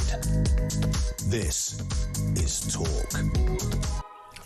Welcome back. Well, let's go straight over to my guest. He is the Director of Investigations and Enforcement of the Campaign Against Anti-Semitism, Stephen Silverman. Welcome again. Always welcome, Stephen. Good evening. Now, Ed Balls, the sometime Labour politician who doesn't seem to realise that he's no longer in Parliament, he is now a presenter on Good Morning Britain. Now, on the morning after that terrible attack on the Jewish charity ambulances in Golders Green in North London on Monday, he was interviewing Dov Foreman, who is a campaigner against anti-Semitism, like yourself, and is actually the grandson of a Holocaust survivor. And this is the question that Ed Balls asked of Dov. Dov, when you see last week the Shadow Justice Secretary Nick Timothy singling out the Mayor of London, Sadiq Khan, for praying in Trafalgar Square in a Muslim group and saying that is wrong and shouldn't happen, isn't that the kind of intolerance and divisiveness which is causing problems in the Jewish community right now? Do you condemn that as well? Well, look, I think that the Shadow Justice Secretary was going to a point which many people in this country feel about Islamist extremism. I won't get drawn into a debate on whether his words were right or wrong. We're here to talk about this anti-Semitic attack this morning on the Jewish community. Well, Dov there, Stephen, I think handling it very, very well. But what a disgusting question. It was as if to say, well, Dov, this attack on the Jewish ambulances is the Jews' fault because they criticised the mass praying session with Sadiq Khan in Trafalgar Square, you know, and that guy Nick Timothy from the Tories, you know, it's the Jews' fault, isn't it? I mean, it was appalling. Apparently ITV are considering issuing a formal apology for this, and I think they should, don't you? You know, when it comes to racism against Jews, there's a tendency among an awful lot of people who should know better to try to contextualise, equivocate, and generally dodge fundamental issues about it in a way that they just wouldn't do with bigotry against other minorities. They just can't accept that anti-Semitism is a disease that courses through society for no good reason other than an irrational hatred of Jewish people. Now, you know, sometimes that manifests as blame. Well, this can't have come out of nowhere. The Jews must have done something to make it happen. Well, we've had 2.5 years of that during Israel's war against Hamas. Jews murdered on the streets of Manchester. What about Gaza? Now, at other times, there's an urge to minimise what Jews are experiencing or have experienced. And we see that on a really grand scale now with the relentless drive to universalise the Holocaust, to erase the historical fact that it was a unique horror that happened to the Jewish people and to make it a kind of vanilla symbol of racism in general.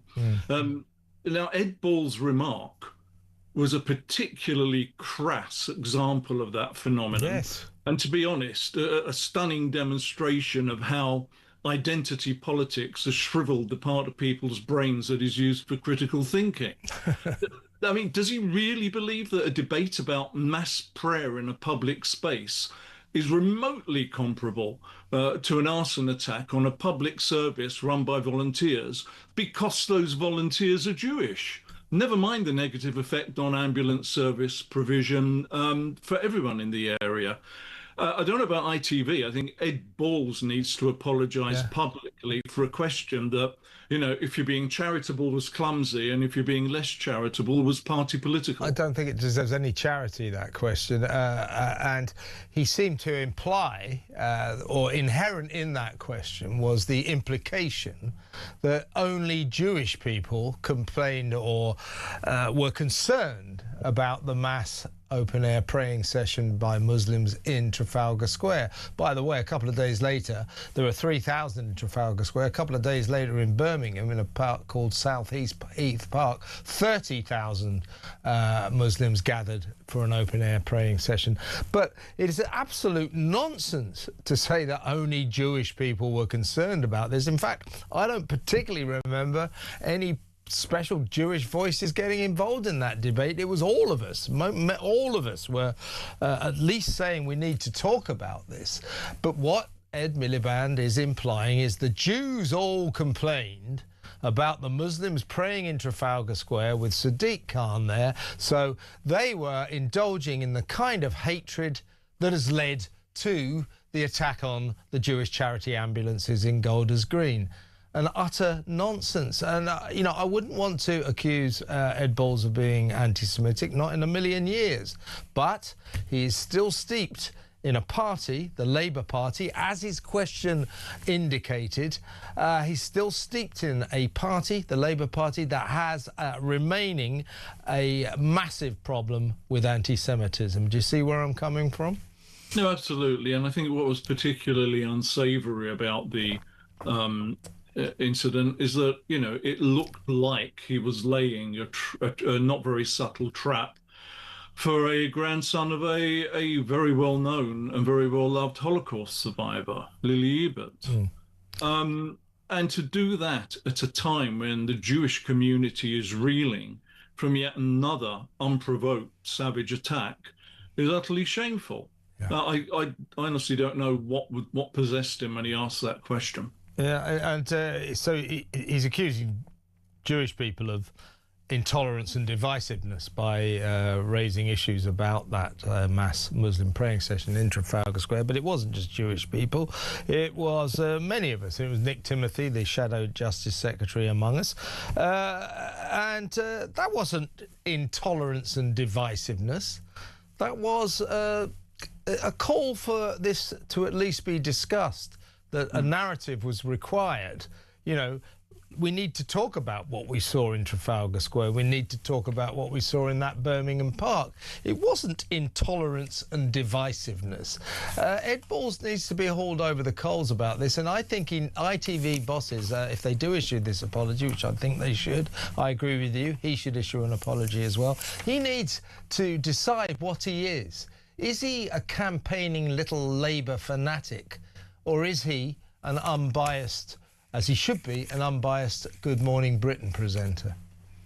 I just think it's what we're seeing is this growth, this spiraling out of control, which has been going for a very long time now, of a culture of tolerance that leads to tolerating those who aren't tolerant.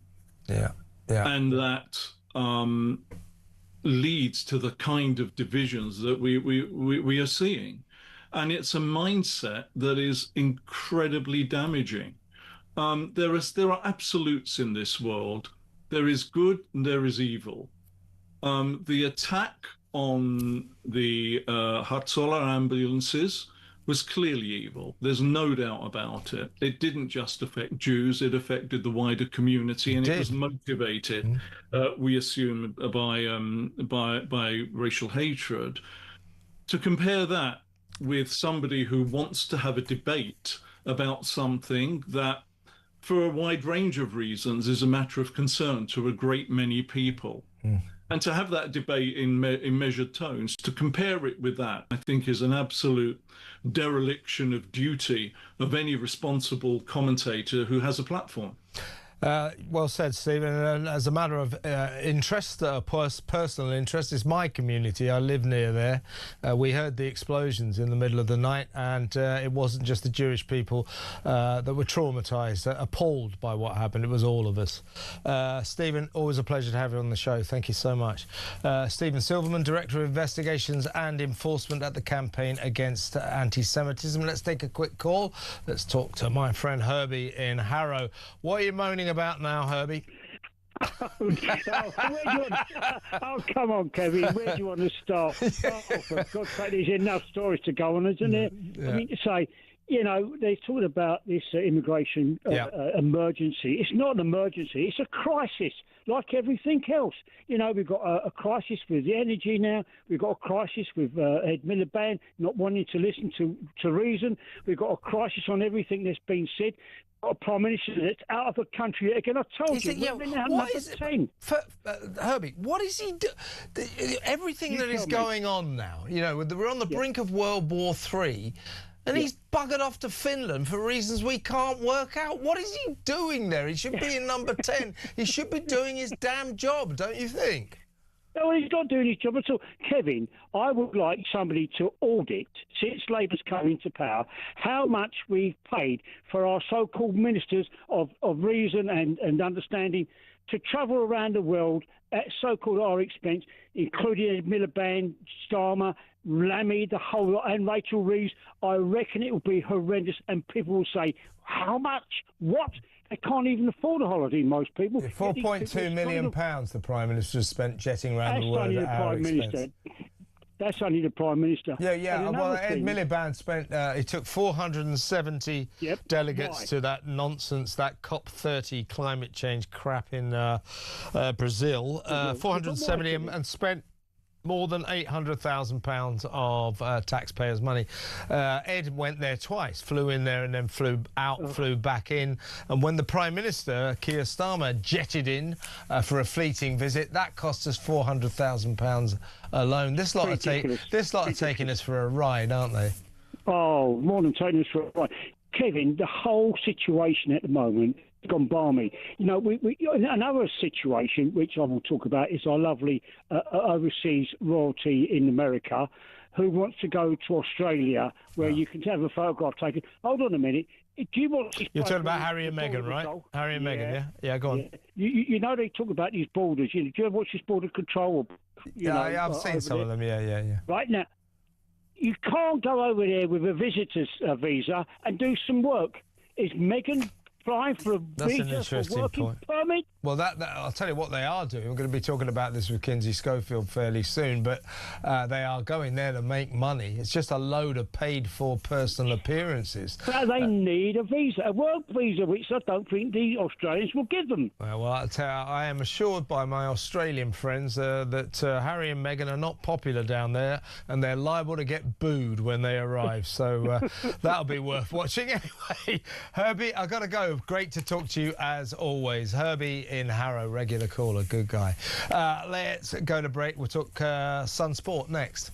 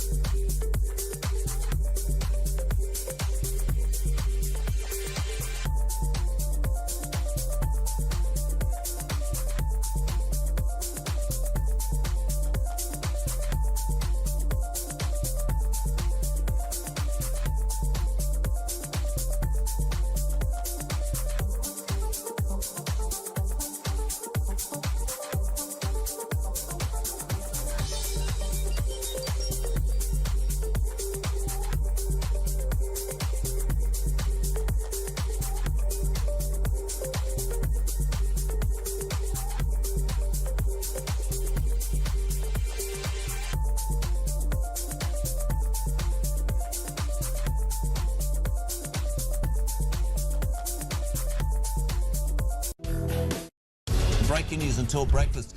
Two men aged 47 and 45 have in the last hour been arrested in connection with the Golders Green arson attack. To me, symbolising absolutely a rise in anti-Semitism. Again, nothing from the government. Breaking news for you. It's just a small matter. They have just an announcement saying transgender girls, i.e. boys, they must leave Girl Guiding by this September the 6th. We are buying from Norway because they fully exploit their share of the North Sea oil and gas fields, and we don't.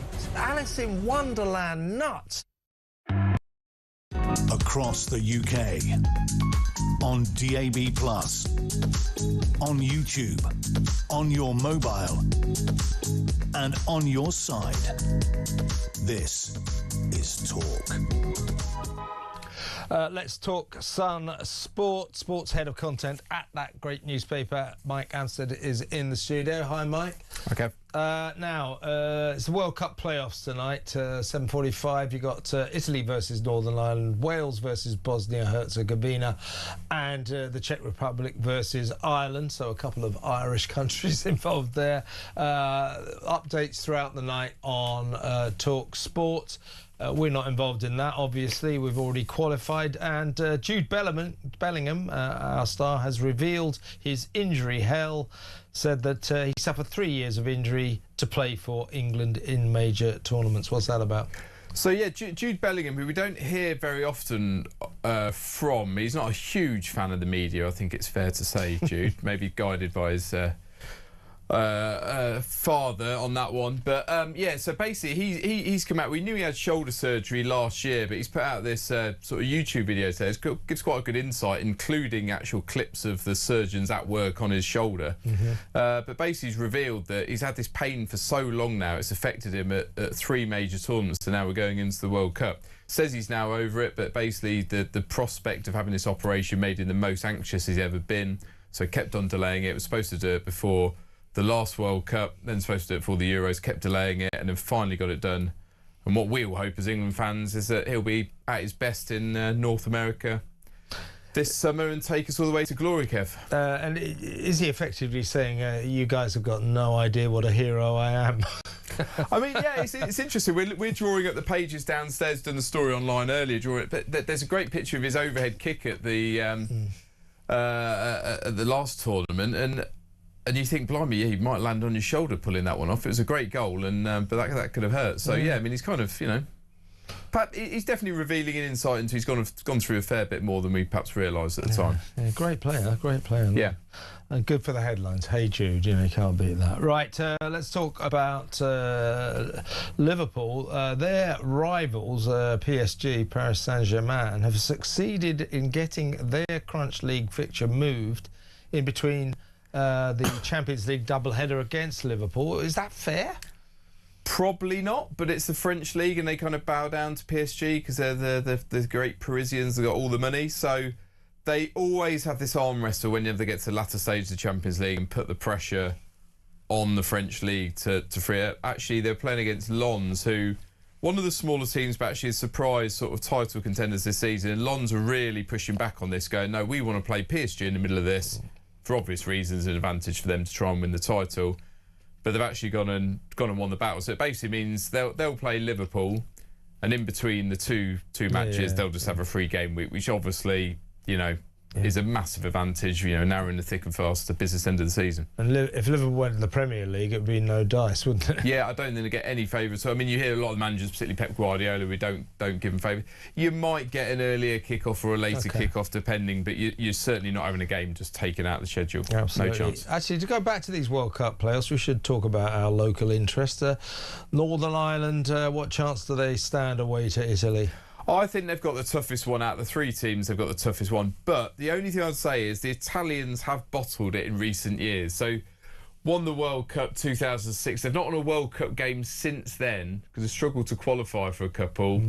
They haven't really got any star players. They've got some decent players, any star players. But look, they're playing away. It's in Bergamo. They've actually, what's interesting, the Italians moved this from the San Siro. Okay. Because Gattuso, if you remember Gennaro Gattuso, quite a lively hothead in his day, had that fight with Joe Jordan on the Touchline Champions League. He actually said, I'm moving this away from the San Siro because if we have a bit of negativity, and he actually calls out the Inter Milan and the AC Milan fans will be on our back booing us. So it's quite interesting. They moved it to a smaller stadium. down the road. That's probably good for Northern Ireland. What about Wales against Bosnia-Herzegovina? That sounds like at home. They're in Wales at home in that one. Slight favourites, but I mean, Harry Wilson, of course, playing for them. Fulham's Harry Wilson, the star player for Wales, really these days. But he's on form. They need players like him on it. I think Bosnia, like a lot of those teams in that region, are going to be bang up for it. They're going to be physical, going to be tough. But I'm going to give a shout out that out of all three of these, the ones I think have got a good chance are Republic of Ireland. Away to Czech Republic. Away to Czech Republic, which 10, 20 years ago, you think that's a tough game. Czech Republic are terrible at the moment, really bang out form. I reckon they can win that, and then they would get a home game, probably against Denmark at the Aviva. And imagine how rocking that'd be. They've not been at the World Cup since 2002. So, a lot of local interest tonight. Updates all through the evening on Talk Sport. Now, this is a big story. The Olympic Games have banned all trans athletes. So from now on, the only people who can compete in female events are biological females. Pretty big moment. Big news, yeah. I mean, it's been rumbling on for a little while. It kind of all blew up at the last Games in Paris in 2024, where we had stories around Iman Khalif in the boxing. There was another Chinese fighter as well. There was sort of, a lot of talk around, let's say. That was painful. You remember the boxing? That Italian woman just getting punched in the face. It was like domestic violence as an Olympic event. Absolutely. It wasn't easy to watch. It felt wrong to watching it live, and then obviously all the arguments spiralling out of it. And look, the IOC boss, Kirsty Coventry, who's an ex-Olympian in her time, and actually references it. She was a swimmer, won a load of medals, and it should be fair competition. It's got to be based on science, led by the medical experts. So look, the Olympics could make a mess of a few things. At least they've drawn the line here. This will come in. They've taken too long to get there, but last they've arrived. And what's interesting about this, of course, they're in Los Angeles 2028. And Donald Trump says, if you don't do something about this biological sex thing, I won't let you have the Olympics. Well, exactly. There's no way Trump was going to let this one go on. But at least they've decided it a long way before it. This isn't hanging over with a week to go and stuff like that. So, at least we know where we stand now. Brilliant sports roundup from sports head of content at The Sun, Mike Anstead. Get that paper tomorrow for all. We'll turn it round like everybody does. Read the back pages first. And thank you, Mike. Next up, we'll talk to Lord John Redwood about all the big stories of the day. Stick around.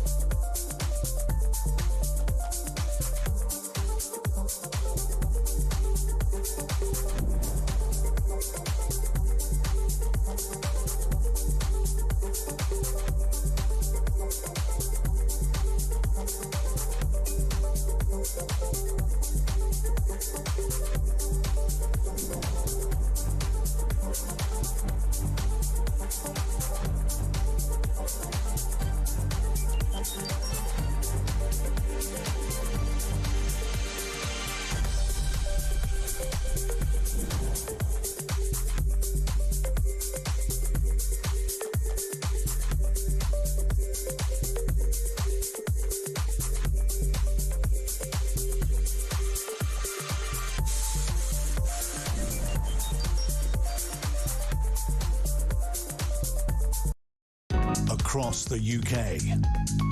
On DAB+, on YouTube, on your mobile, and on your side. This is Talk.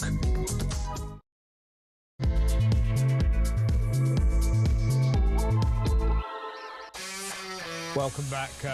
In a little while, we'll talk to Kinsey Schofield about the latest on Planet Harry and Meghan. They're going to make a film, apparently, a TV drama about Polo. Yeah, I can't wait for that. And also, they're going to Australia soon on their Pretend Royal Tour, and the Australians aren't very keen about that. They've demanded that if there's going to be any police involvement in their security, they must pay for it themselves. Australian taxpayers don't want to shell out a single dollar to help protect those two because they're private citizens. This is not a real royal tour, it's a pretend royal tour. Lots to talk about with Kinsey in a little while, but first let's go over to my first guest for this final hour of this special edition of Drive Time. He is a former Conservative Cabinet Minister, Lord John Redwood. Welcome, John. Hello, Kevin. Good time for some common sense. Good. Yeah, that's why we have you on.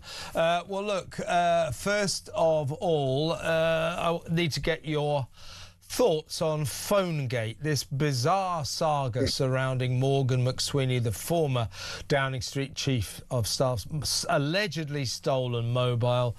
Carl Turner, the Labour MP, saying today, I don't believe him. I just don't believe him. Certainly, it's a very strange story. He didn't mention when phoning 999 that he was the Chief of Staff at Downing Street. You thought he might have put that into the mix. The 999 operator thought he said Belgrave Street, Stepney. In fact, he'd said Belgrave Road, Pimlico, Westminster. And when the operator started saying, oh, well, you must be near the park. Did the perpetrator go left? He said, yeah, he went left at the park. So suddenly, you know, McSweeney didn't correct the narrative when the operator got it all wrong. Then you have the other element of this, oh, what a shame he's lost his phone, we can't get the messages back. The messages he was sending about appointing Peter Mandelson to the key role of ambassador to Washington. Well, first of all, I think you can get those messages back. Just because you lose a phone, I don't see why you can't get them back. And secondly, if he was sending messages, the recipients, they will have those messages. Matthew Doyle, the then communications chief in Downing Street, Peter Mandelson himself, and also presumably Keir Starmer as well. So the whole thing does not stack up. This is what the Prime Minister had to say today on yet another one of his baffling foreign jaunts. For some reason today, Johnny's in Finland. This is what he had to say about Phonegate. Well, the phone was stolen. It was reported to the police. There's a transcript of the call in which Morgan McSweeney gives his name, his date of birth, the details of the phone, and the police confirm that it was reported. Unfortunately, there are thefts like this. It was stolen, it was reported at the time, and the police have acknowledged and confirmed that that is what happened. And the idea that somehow everybody could have seen that sometime in the future there would be a request for the phone is, to my mind, a little bit far-fetched. That's not good enough, is it? I mean, that's ridiculous. I mean, the elephant in the room here, John, is why didn't... You look, the police not investigating a stolen phone in London is hardly surprising. One gets stolen every 6 seconds. Had Morgan McSweeney have said, oh, by the way, this is a very important phone with key government information on it, and I am the Chief of Staff at 10 Downing Street, half of Scotland Yard would have been out looking for it, but he didn't say that. This does not stack up. When Carl Turner says, I do not believe him, I tend to side with Carl. Where do you stand on this? Well, what I don't believe is that there are no other records of what McSweeney did and said in order to get his friend appointed to this extremely important and prestigious job.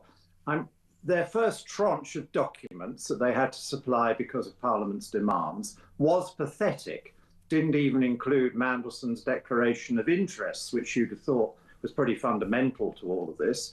And there was nothing about McSweeney at all. Now, McSweeney would have gone to meetings. He would have had exchanges with the Prime Minister. There would have been emails. There would have been minutes of meetings he attended. He would probably have had to put evidence in to the inquiry into Mandelson's future. Now, why on earth are none of those documents made available? And as you rightly say, the phone calls and texts he sent were to other people. And many of those are relevant people who are still in government, so they should have records of them. So it is a disgrace that they are not complying with the will of Parliament, and they are trying to keep the people and the media in the dark about a very important appointment they made, which fundamentally miscarried. I think we're mainly talking about potential WhatsApp messages here. And they seem to be, the narrative coming out of Downing Street seems to be, oh, well, because these were government WhatsApp messages, they get wiped forever once a phone is stolen. A, I don't think that's true. And B, WhatsApp messages are always retrievable. So I'm not believing that. And as you say, what about the recipients? Get Mandelson's phone, get Matthew Doyle's phone, get the Prime Minister's phone, because we need to know about these messages, because that was these were the conversations. These were actually it was the vetting process that led to Mandelson, a totally unsuitable appointment, getting the gig of Washington ambassador. We need to know how this egregious mistake was made. Morgan McSweeney's admitted it was a mistake. The Prime Minister has admitted it was a mistake. These messages will reveal how that mistake was made, and we need to know. Yeah, you're absolutely right. And the big defence for the Prime Minister is that he was lied to, and therefore he got the appointment of Mandelson wrong. So I've asked the question, because Mandelson denies that he lied, I've asked the question, what was the lie that was so convincing about Mandelson that the Prime Minister was taken in by it? Because all the rest of us had a rather different view of Mandelson, because he had twice been caught out in important positions in the past and had to step down. And if one had seen the full declaration of interests, I'm sure that would have led to interesting questions as well. No, it is a complete disgrace. It demonstrates that the Prime Minister had no judgment and accepted advice to take a friend, as he thought of the party, into a very prestigious job. The civil service was obviously saying to them, you only have a political appointment to something as important as Washington if it's really somebody very good and they've got something extra to offer. And instead, they put into a Washington, very worried by the Epstein files and wanting to make it very clear their president wasn't connected. They put someone into the Oval Office as our representative to remind every time he met him that the president of this difficult issue. I mean, it was just crazy. No diplomacy, no common sense, let the country down. And it's part of the reason now that our relationship with America, usually very good, is completely fractured. Yeah, he wasn't suited for that job, both McSweeney and the Prime Minister. The Prime Minister, by the way, has just been talking to Beth Rigby, the political editor at Sky News, and he said that he hates the fact that he made a mistake over the appointment of Peter Mandelson, and he says nobody has been harder on me that in relation to this mistake than I have. I dwell on it. I beat myself up about it. It's certainly not a mistake I'd ever repeat. Well, you know, fair enough. We need to know. Well, that's what he's saying. We need to know why this mistake was made, and the messages on Morgan McSweeney's phone will reveal that. There are calls for McSweeney to be hauled before Parliament to explain all of this, because when people are crying there's some kind of cover-up here, I agree with them. Do you? Well, I think definitely the way to clear it up is for McSweeney to give us a statement of what he did ring up and tell people about, and certainly about his advice to the Prime Minister. His advice to the Prime Minister is absolutely fundamental to this defence that he was lied to, and presumably McSweeney was relaying what the Prime Minister thinks were Mandelson's lies to him, and Mandelson may have a very different view, and then we can form our own judgment. Indeed. Can I get your thoughts on the latest horrific statistic in the ongoing scourge of the migrant crisis? It turns out that the number of asylum seekers who have been staying at our expense in taxpayer-funded accommodation, hotels, disused air bases, military bases and houses of multiple occupation. The number of asylum seekers who've been staying in this kind of accommodation paid for by us for more than a year has surged by 40% in the last 18 months. There are more than 37,000 asylum seekers who have been in taxpayer-funded accommodation for over a year. That's more than 10,000 extra people that we are now funding, spending long periods in Home Office housing. This is just another element of this crisis that the government hasn't even got a small grip on, let alone any kind of grip at all. It's out of control, isn't it? Well, it is completely, and taxpayers are right to be extremely angry about it. We were promised that they would smash the gangs. They haven't smashed the gangs at all. Far too many people still coming in. They're still at risk on the sea crossing. We then run an expensive boat service to pick them up and try and minimise the danger. We then provide a hotel. Then we move them on to perfectly good accommodation, which some young person in Britain might like to have, but they don't have the priority. So, of course, we're very, very angry about it. The previous government was getting it down, but it didn't get nearly a good enough grip on it. It was setting up a way to send people to somewhere else, which would have then been a great deterrent for people coming here in the first place. That was thwarted. The previous government didn't make all the legal changes they had to make, and I think the party has now learnt from that. This government could have learnt from that and carried on with that scheme and made the legal changes. Instead, they scrapped it all and they watered down the laws they inherited instead of strengthening them, which is what needed to be done. Indeed. Now, I don't know if you watched Prime Minister's questions yesterday, but Keir Starmer's, when I say avoidance of questions, that's to do him a favour. He just ignores questions. Yes. And I think this is a constitutional problem that we have now, because this is the moment when, in effect, our leader, our elected leader, is put on the rack and asked the questions that the electorate would like answered. It's important that he tries to answer them. This guy, it doesn't even, I barely listens to the questions. Now, Nigel Farage asked him yesterday, he said, look, you know, smash the gangs was a disaster. You know, the one in and one out scheme isn't working. So 18 months on from, you know, what is your plan B for the migrant crisis? It was a perfectly good question. When he just literally went on the attack saying reform are a disgrace. You're a disgrace. At which point the Reform MPs, what is it now, seven of them, all stood up and, you know, in a sort of demonstration of their fury over the Prime Minister's failure to answer questions, they all walked out. But I mean, for the people of this country, this Prime Minister's behaviour at Prime Minister's question time, he never answers Kemi Badenoch's questions, didn't answer Nigel Farage's questions yesterday. It's becoming an issue, isn't it? Yeah, it makes them completely pointless, and I think it reflects extremely badly on the Prime Minister. Of course, a Prime Minister is allowed to take a swipe or make a joke or point about opposition parties where he disagrees with them. But the main bulk of what the Prime Minister says should be to defend what the government is doing, to explain to Parliament why it's doing it, and if necessary, saying that it hasn't done enough and it's going to change things for the better. And this government has got an awful lot to change for the better, because we've had almost a year and a half of them changing a lot of things for the worse, and things predictably are going wrong. And it is his job to defend, to explain, and to improve. And every time the Prime Minister, whatever the problem, says, oh, we inherited the problem. Well, Prime Minister, you own the problem. You've had more than a year and a half now to make changes. You've had a really big budget. You've taken a whole load more money off taxpayers to mend things as you saw it, although it's damaged the economy.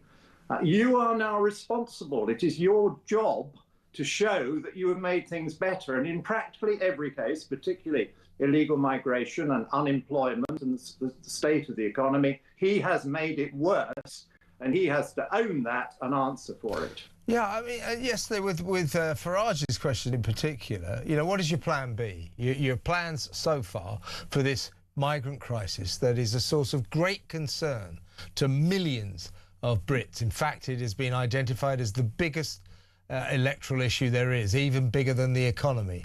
What is your plan B? Your plans so far haven't worked out, Prime Minister. What is your plan B? The people would like to know. You're a disgrace. Reform are a disgrace. I'll tell you what's a disgrace is that response. It's not good enough. No, it is dreadful, and it is doing him down, and it's doing his party a lot of harm. If you're a governing party and you're on under 20% in the polls, 4 out of 5 people think you're wrong and want you to go, you should show a bit of humility, and you should show a bit of fight for the British people. And so you should be out there saying, no, we do have plans to stop this illegal migration. We know that matters to you. We do have plans to get people back to work. We do have plans to reverse these dreadful tax rises that we put through. And above all now, in this very difficult international situation, why isn't this man overruling Mr. Miliband and getting the oil and gas out of the ground that is there to be taken? It is mad to try and import. So mad. It's bound to be dearer, the imports. No jobs in imports for British people. No tax revenue for us. We could have all those things with our own oil and gas, and we could do a bit to make our energy supplies a bit more secure. It is complete madness to suggest we're all suddenly going to have electric cars and heat pumps, and madness to think we could then supply all that electricity. For the foreseeable future, most of our energy in Britain will be oil and gas. It won't be electricity. Electricity is about 1/5 at the moment of the total. And wind and solar power is only about 1/10 of our energy. So they are miles off being able to tell us that we can do without gas. I'll tell you what, John, there's no doubt in my mind the lunatics are running the asylum. The net zero project is just terrifyingly insane. I couldn't agree with you more. Thank you so much for joining us. It's always a pleasure to have you on the show, John. Lord John Redwood, their former Conservative Cabinet Minister. Let's take a couple of calls. Let's talk to Jacqueline in Hampshire. Hi, Jacqueline. Oh, hello. nice to hear from you. Yeah.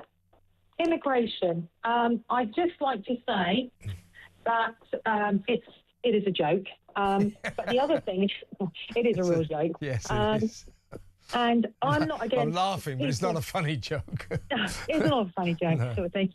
So I think maybe try and put them off. So... You mean deterrence, Jacqueline? Yeah. Deterrence? Now there's an interesting idea. Yeah, deterrence. So literally say to them, right, you're going to pledge loyalty to today. Yeah. You're going to be, once they have all the biometrics and everything, because they haven't got any passports, no ID, haven't got a clue who they are. So you're going to have a nice British name. And you're going to take something, say, so you're going to have... all popular people from the United Kingdom. So, like, I don't know, Jane Austen, Winston Churchill. So what you're saying, Jacqueline, is you want them to embrace the culture that they've come to live among. I'll tell you a story about that. When when the American immigration was happening in the early 20th century, so all foreigners were coming from all over the world, and they gathered. On Ellis Island. I don't know if you've ever been to New York, but Ellis Island is in the sort of water that leads towards Manhattan. And all the immigrants would be put onto Ellis Island and then processed. And as you were saying, what they were doing, they're all coming from places like Germany and everything, and they were given they were given American type names to help them assimilate into their culture. And by the way, all the Germans turned up and they were given their American names, Bob Smith or whatever, and then they were asked again the next official, oh, what's your new American name? And they'd forget. So in German it's I forget, it's something like Sean Ferguson. Loads of German descent people in America are called Sean Ferguson. But there's a little story for you. But yeah, so you think that we need to do more to persuade these people to be assimilated into our society, yeah? And the other thing is, to be quite honest, why don't they contribute? So their way they can contribute is by donating blood. Because obviously the men's blood count has gone down. You know, women are more likely to donate than men. And there seems to be a lot of men that come over. So we would really appreciate them donating every 12 weeks. But also, are they okay? Good idea. Yeah, stem cells, bone marrow, kidney, or even part of a liver. I mean, to be quite honest, if they want to I'm not sure about that, but the blood donor. We can't let them turn up and say, "Can we have your organs?" No. But that'd be taking things a bit far. But I get the gist. Yeah. What you're saying is that we should probably make more effort to assimilate them, and they should make more effort to embrace the culture they've come to live among, right? That's it. And also, when they're in these secure places, which I hope, that they actually have to learn English and they have to be able to read and write. I'm really sorry, but if you want to be here, then you've got to assimilate to what we would like to be about. Yeah, OK, Jacqueline, nice point. Keep in touch. Ring me again. That was a nice conversation. Jacqueline in Hampshire. Let's go to break. Anne-Marie in Lanarkshire. You've been hanging on a long time. I promise we'll get to you later in the show. So Anne-Marie, she's been waiting all show, so I'm going to get her on. I'm going to take calls for the last 20 minutes of the show. So in about 20-25 minutes, your calls, 03444991000. You know what we're talking about. Morgan McSweeney's phone, the migrant crisis, and so much more. National Trust, whatever you want to talk about, 03444991000. Next up, it's Kinsey Schofield on Harry, Meghan and the rest of the royals. That next. Don't go anywhere.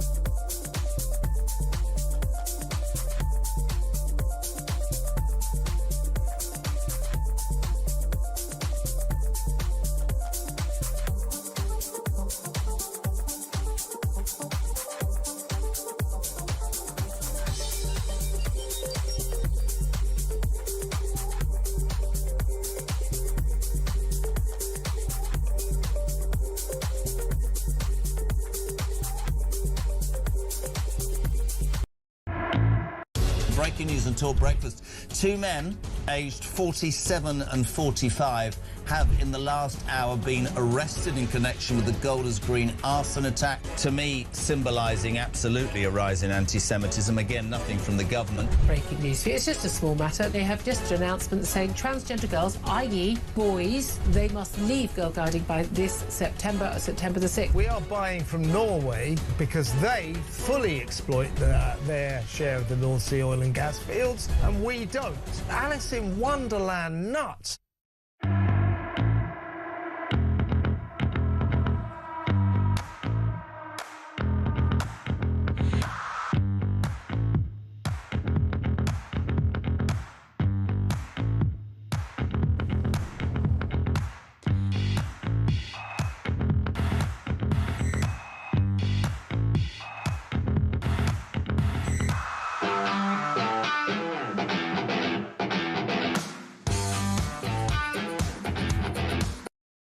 Across the UK, on DAB+, on YouTube, on your mobile, and on your side.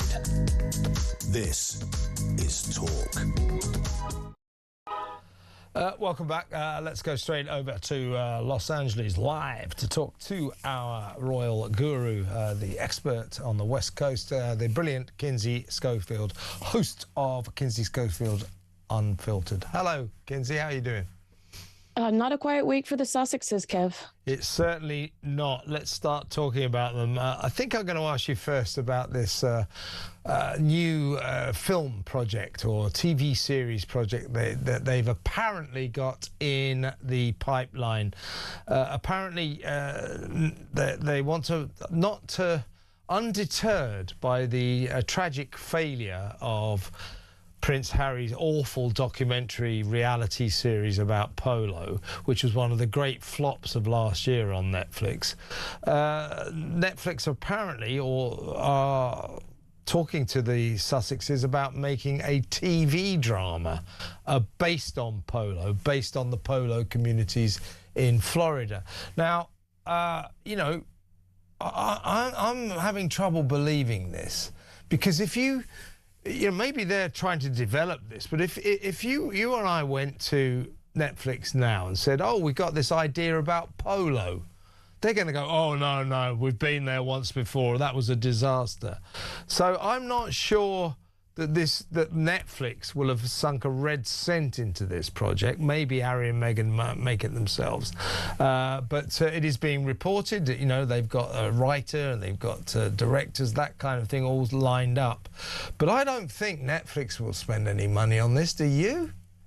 Well, first of all, I think we have to acknowledge what this was, and it was a clap back to the Variety, the scathing Variety cover that just destroyed Harry and Meghan for their lack of creativity, their lack of ambition, their lack of, you know, just how to function in the entertainment world. I mean, that Variety piece really said Meghan Markle doesn't know what the hell she's doing.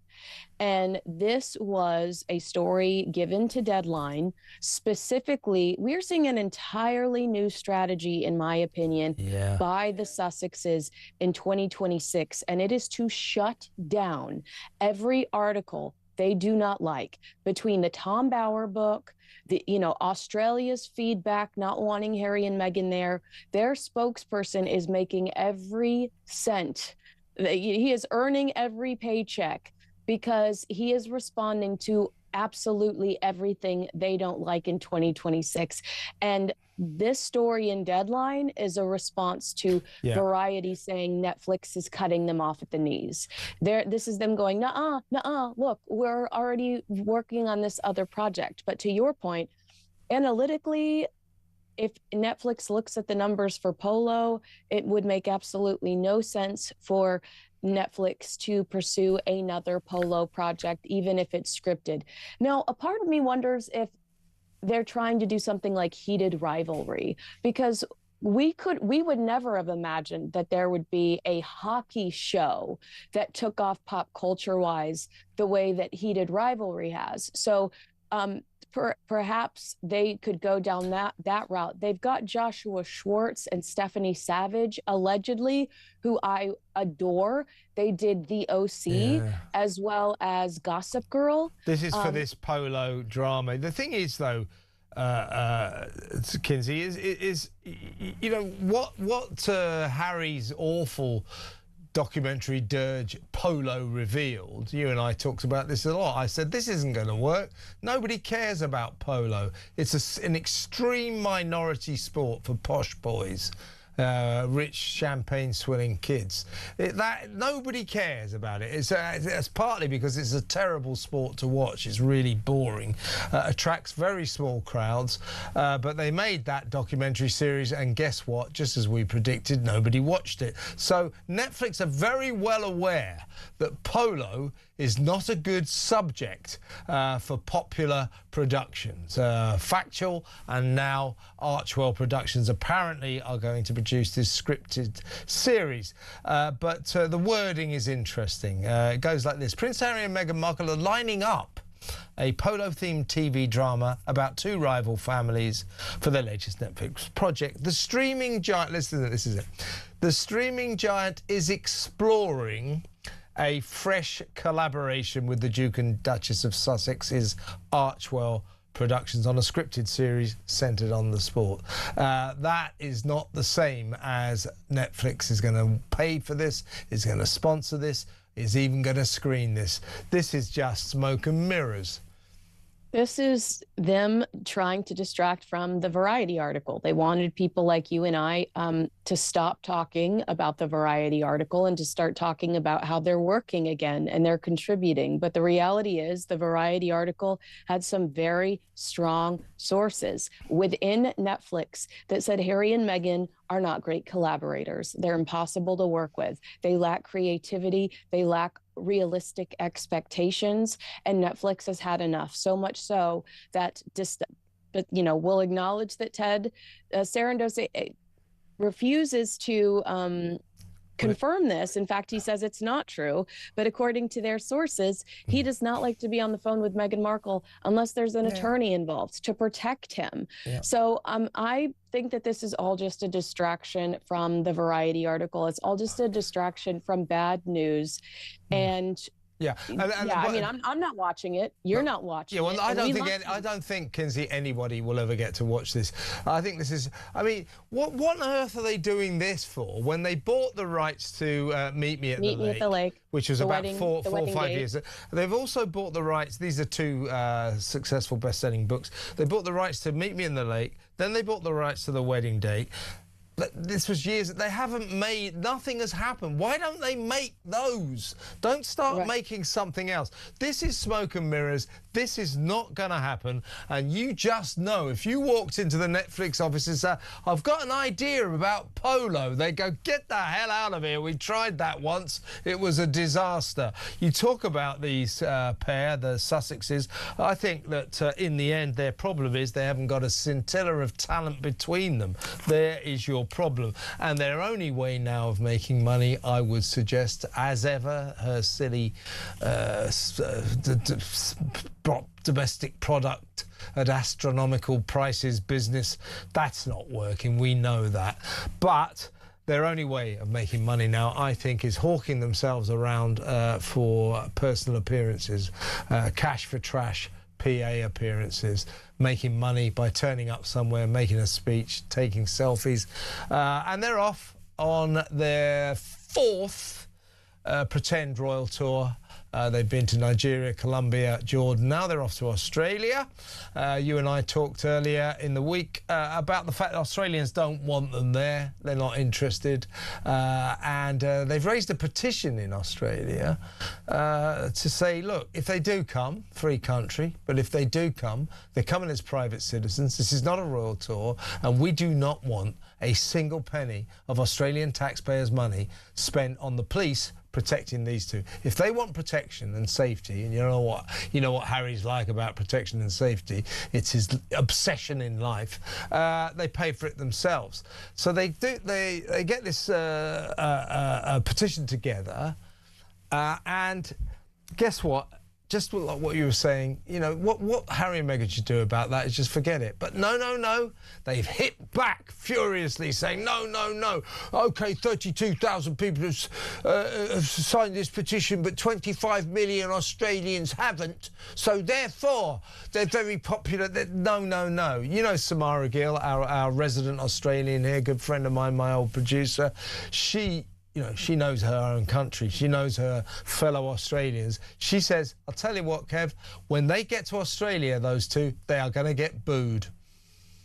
Yeah, and I talked to Tom Bauer yesterday, and he was like, the greatest thing they did was come at me and start attacking me over my book. It jumped to the bestseller list within, minutes.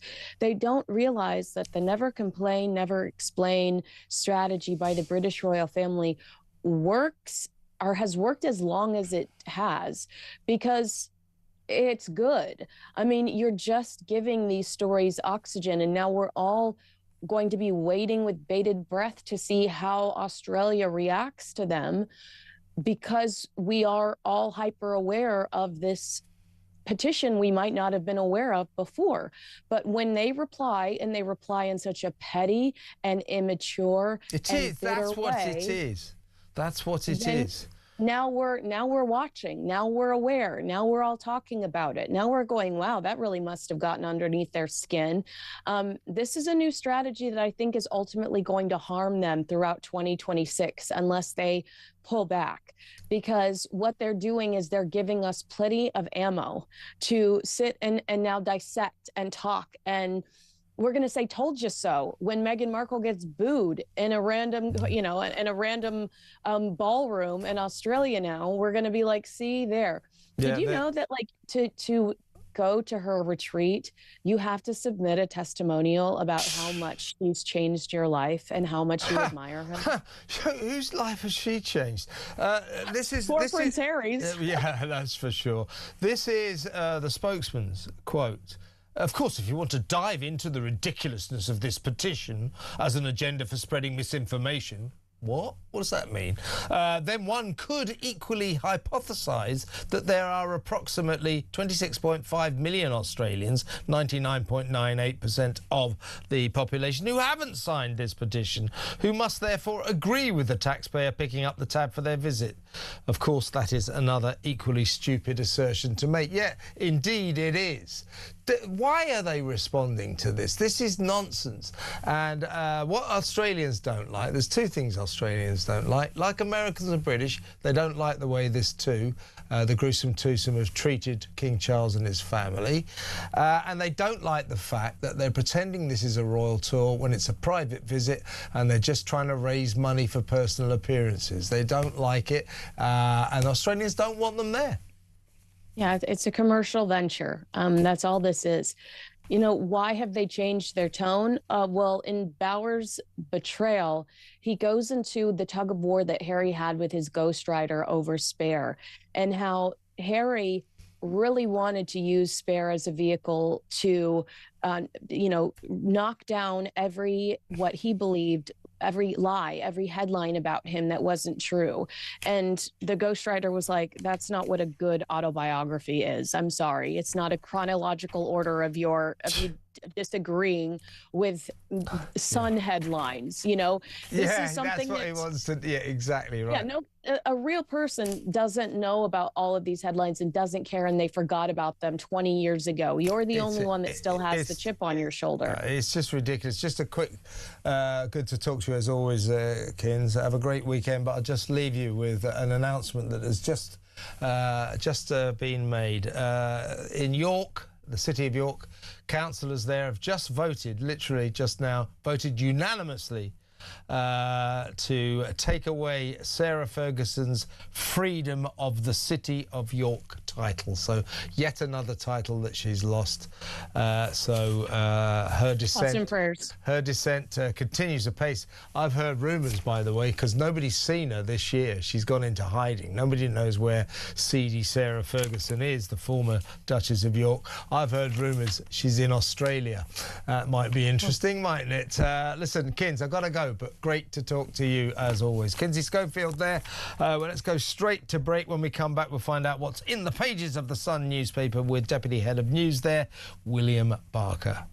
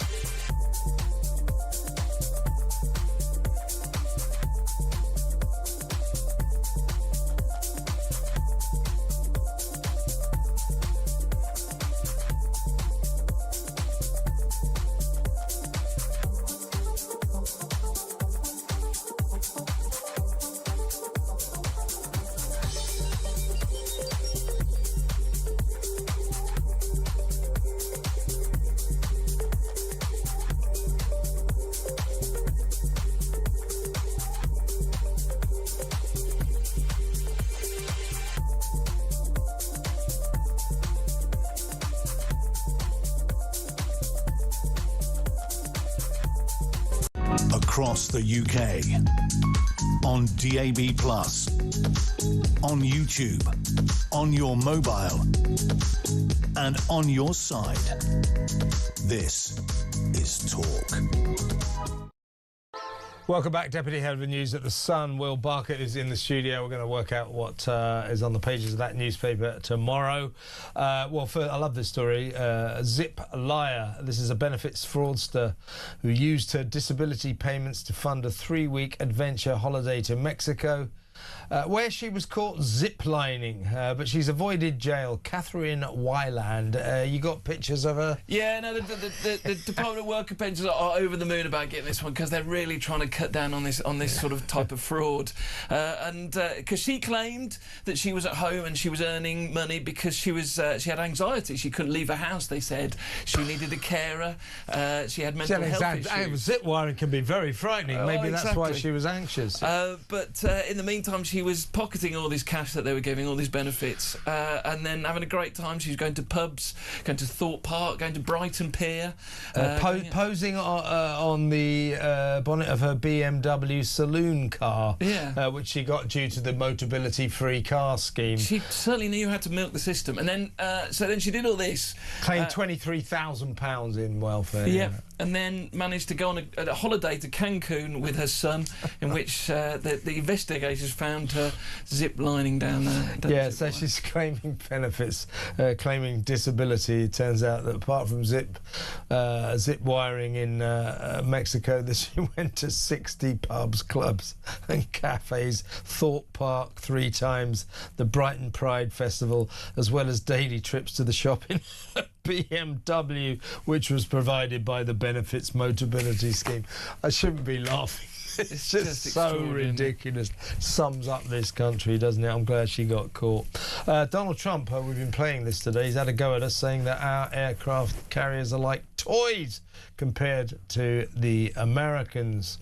This will probably annoy British people. Well, it will do. I mean, and the armed forces has sort of stood up for them and said that, we've got the state-of-the-art stuff. But as we've been saying last couple of weeks, the Navy really has had an awful time of it. These 2 aircraft carriers are sort of stuck away in dock anyway, as it is. Meanwhile, Trump's sort of just taking out on Keir still having a bit of a pop at Keir. Yeah, and look, we got some footage of him actually saying this, so let's watch it. The UK say that we'll send, this is 3 weeks ago, we'll send our aircraft carriers, which aren't the best aircraft carriers, by the way. They're toys compared to what we have.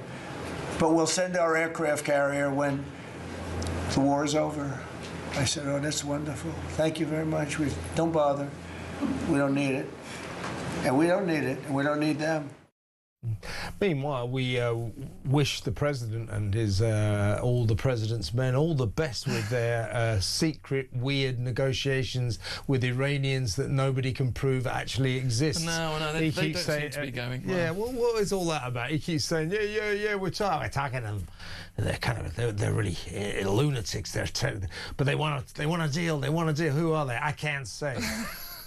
Yeah, secret people. Yeah. Well, I presume that the Iranians, who he says are desperate for a peace deal with America, are not the same Iranians who fired 100 missiles at an American aircraft carrier. Yeah, no, it doesn't appear to be. Yeah, it's just ridiculous. We just did the Olympic trans ban with Mike Amstead from your sports department. Hunt for Samba continues. Explain. Well, this is one of these sort of the quirky stories. Oh, this is the rat capybara, thing. The capybara, the biggest rat in the world, The biggest rat in the world, yeah. So it got moved to a zoo in Winchester, back to Marwell Zoo, back 10 days ago, with his another capybara. But within hours of it turning up, clearly didn't like the new surroundings and managed to sort of burrow out and escape into the local sort of Hampshire sort of areas, and it's managed to elude all attempts to catch it. I saw some pictures, some footage of it by a river, having the time of its life, just messing around, enjoying the nice weather. The capybara, has it got a name? Yeah, so that's Samba. Samba, of course. And then there's another one called Tango. Tango's been got. they managed to trap Tango. And I think they've now managed to locate it to an area. And they're trying to lure it out with these kind of like melon. Apparently, they like melon. They like melons, so you can put melons everywhere. Melon traps everywhere, all around this park, and hopefully, I'm presuming at night or something, they'll come out. How did they get out? Do you know? I think they just were burrowed through the wire mesh or something. Unbelievable. Well, enjoy your freedom, Samba. It may not last too long, but he seems to be okay, old Samba. I saw the pictures of him by this river rolling around. He's having a great time. Will Barker, good to see you. That's all in the pages of the Sun newspaper tomorrow. Go out and buy it. Thank you so much, Will. Going to take your calls next. 03444 99 1000. Stay where you are.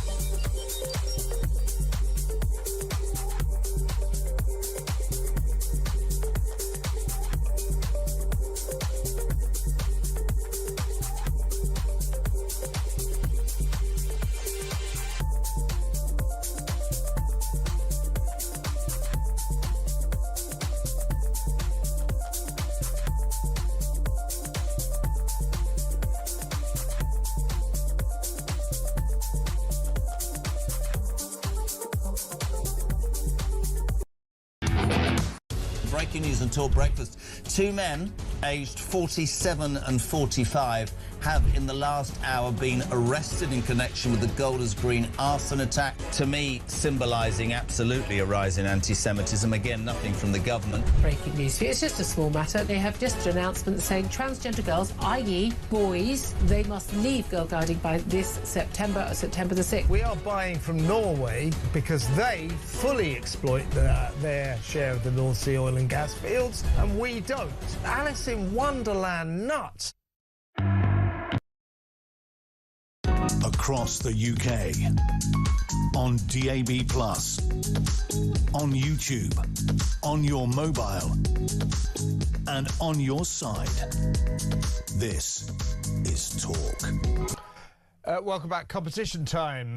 We are giving you the chance to win a life-changing £20,000, completely tax-free, here on Talk. That's £20,000 straight into your bank account. Spend it, save it, splash it. It's entirely up to you. Here's how you could be in with a chance to win. For your chance to win, text TALK to 83338. Texts cost £2.50 plus your standard network rate. Or call 0343 418 7260. Lines close 9th of April 2026, 4 p.m. That's when you'll need to answer your phone if it rings. 18 plus, UK residents only. This is a network promotion. Full T's and C's at talk.tv/win. So for your chance to win, text TALK to 83338 now. Well, good luck with that. Hope you win. Now, a few messages. We'll go to phones in just a second. Becca says, is Starmer going to hotwire that boat behind him in Finland? Yeah, because we could do with a few boats. Let's hope so. Nick it, because we need to bolster up our Navy, which doesn't seem to have any ships in it. You need ships, don't you, in a Navy? Now, here's Clay. Clay says, great show, Kev. Thanks, Clay. Starmer getting on an aeroplane and flying abroad isn't the problem. The problem is he keeps coming back. Yeah, that's from Clay in Folkestone. Very good point, Clay. I couldn't agree with you more. This is from Mad Mark in Selby.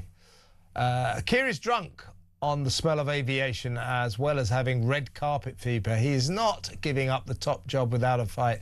Just who will employ him when he does go? No right-minded company wants that albatross on their board. He will join the other failed office workers down at Davos at Fraggle Rock HQ. That's Mad Mark. Yeah, you know, prime ministers, they get about £120,000 a year pension for the rest of their life. So Liz Truss was Prime Minister for, I think it was 49 days. She gets over £100,000 for the rest of her life. So don't worry about Starmer. He'll be all right. And people always do employ ex-Prime Ministers, even though most of them are absolutely useless. Not many of them as useless as Keir Starmer.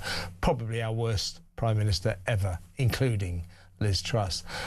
Here is Neil. I'm sick and tired of being lectured to by Trump. I would remind him that this woke ideology and DEI all started in the US. Foolishly, we imported it and are now paying the price.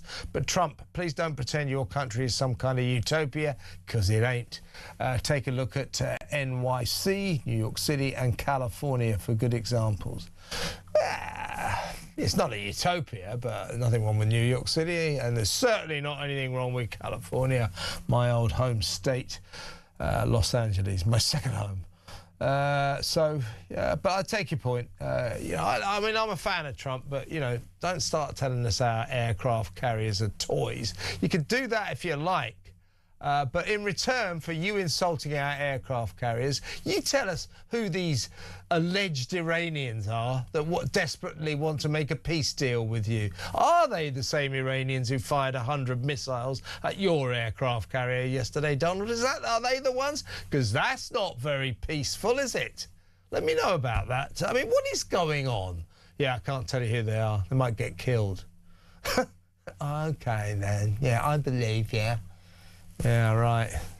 I believe you, just like I believe Morgan McSweeney's story about his phone. This is Suze. Suze says the people who run this country aren't very bright, are they? No, Suze. My 6-year-old grandson is a more proficient fibber. Yeah, they're lousy liars. Lousy liars. Let's go to the phones. Let's talk to Georgina in London. Hi, Georgina.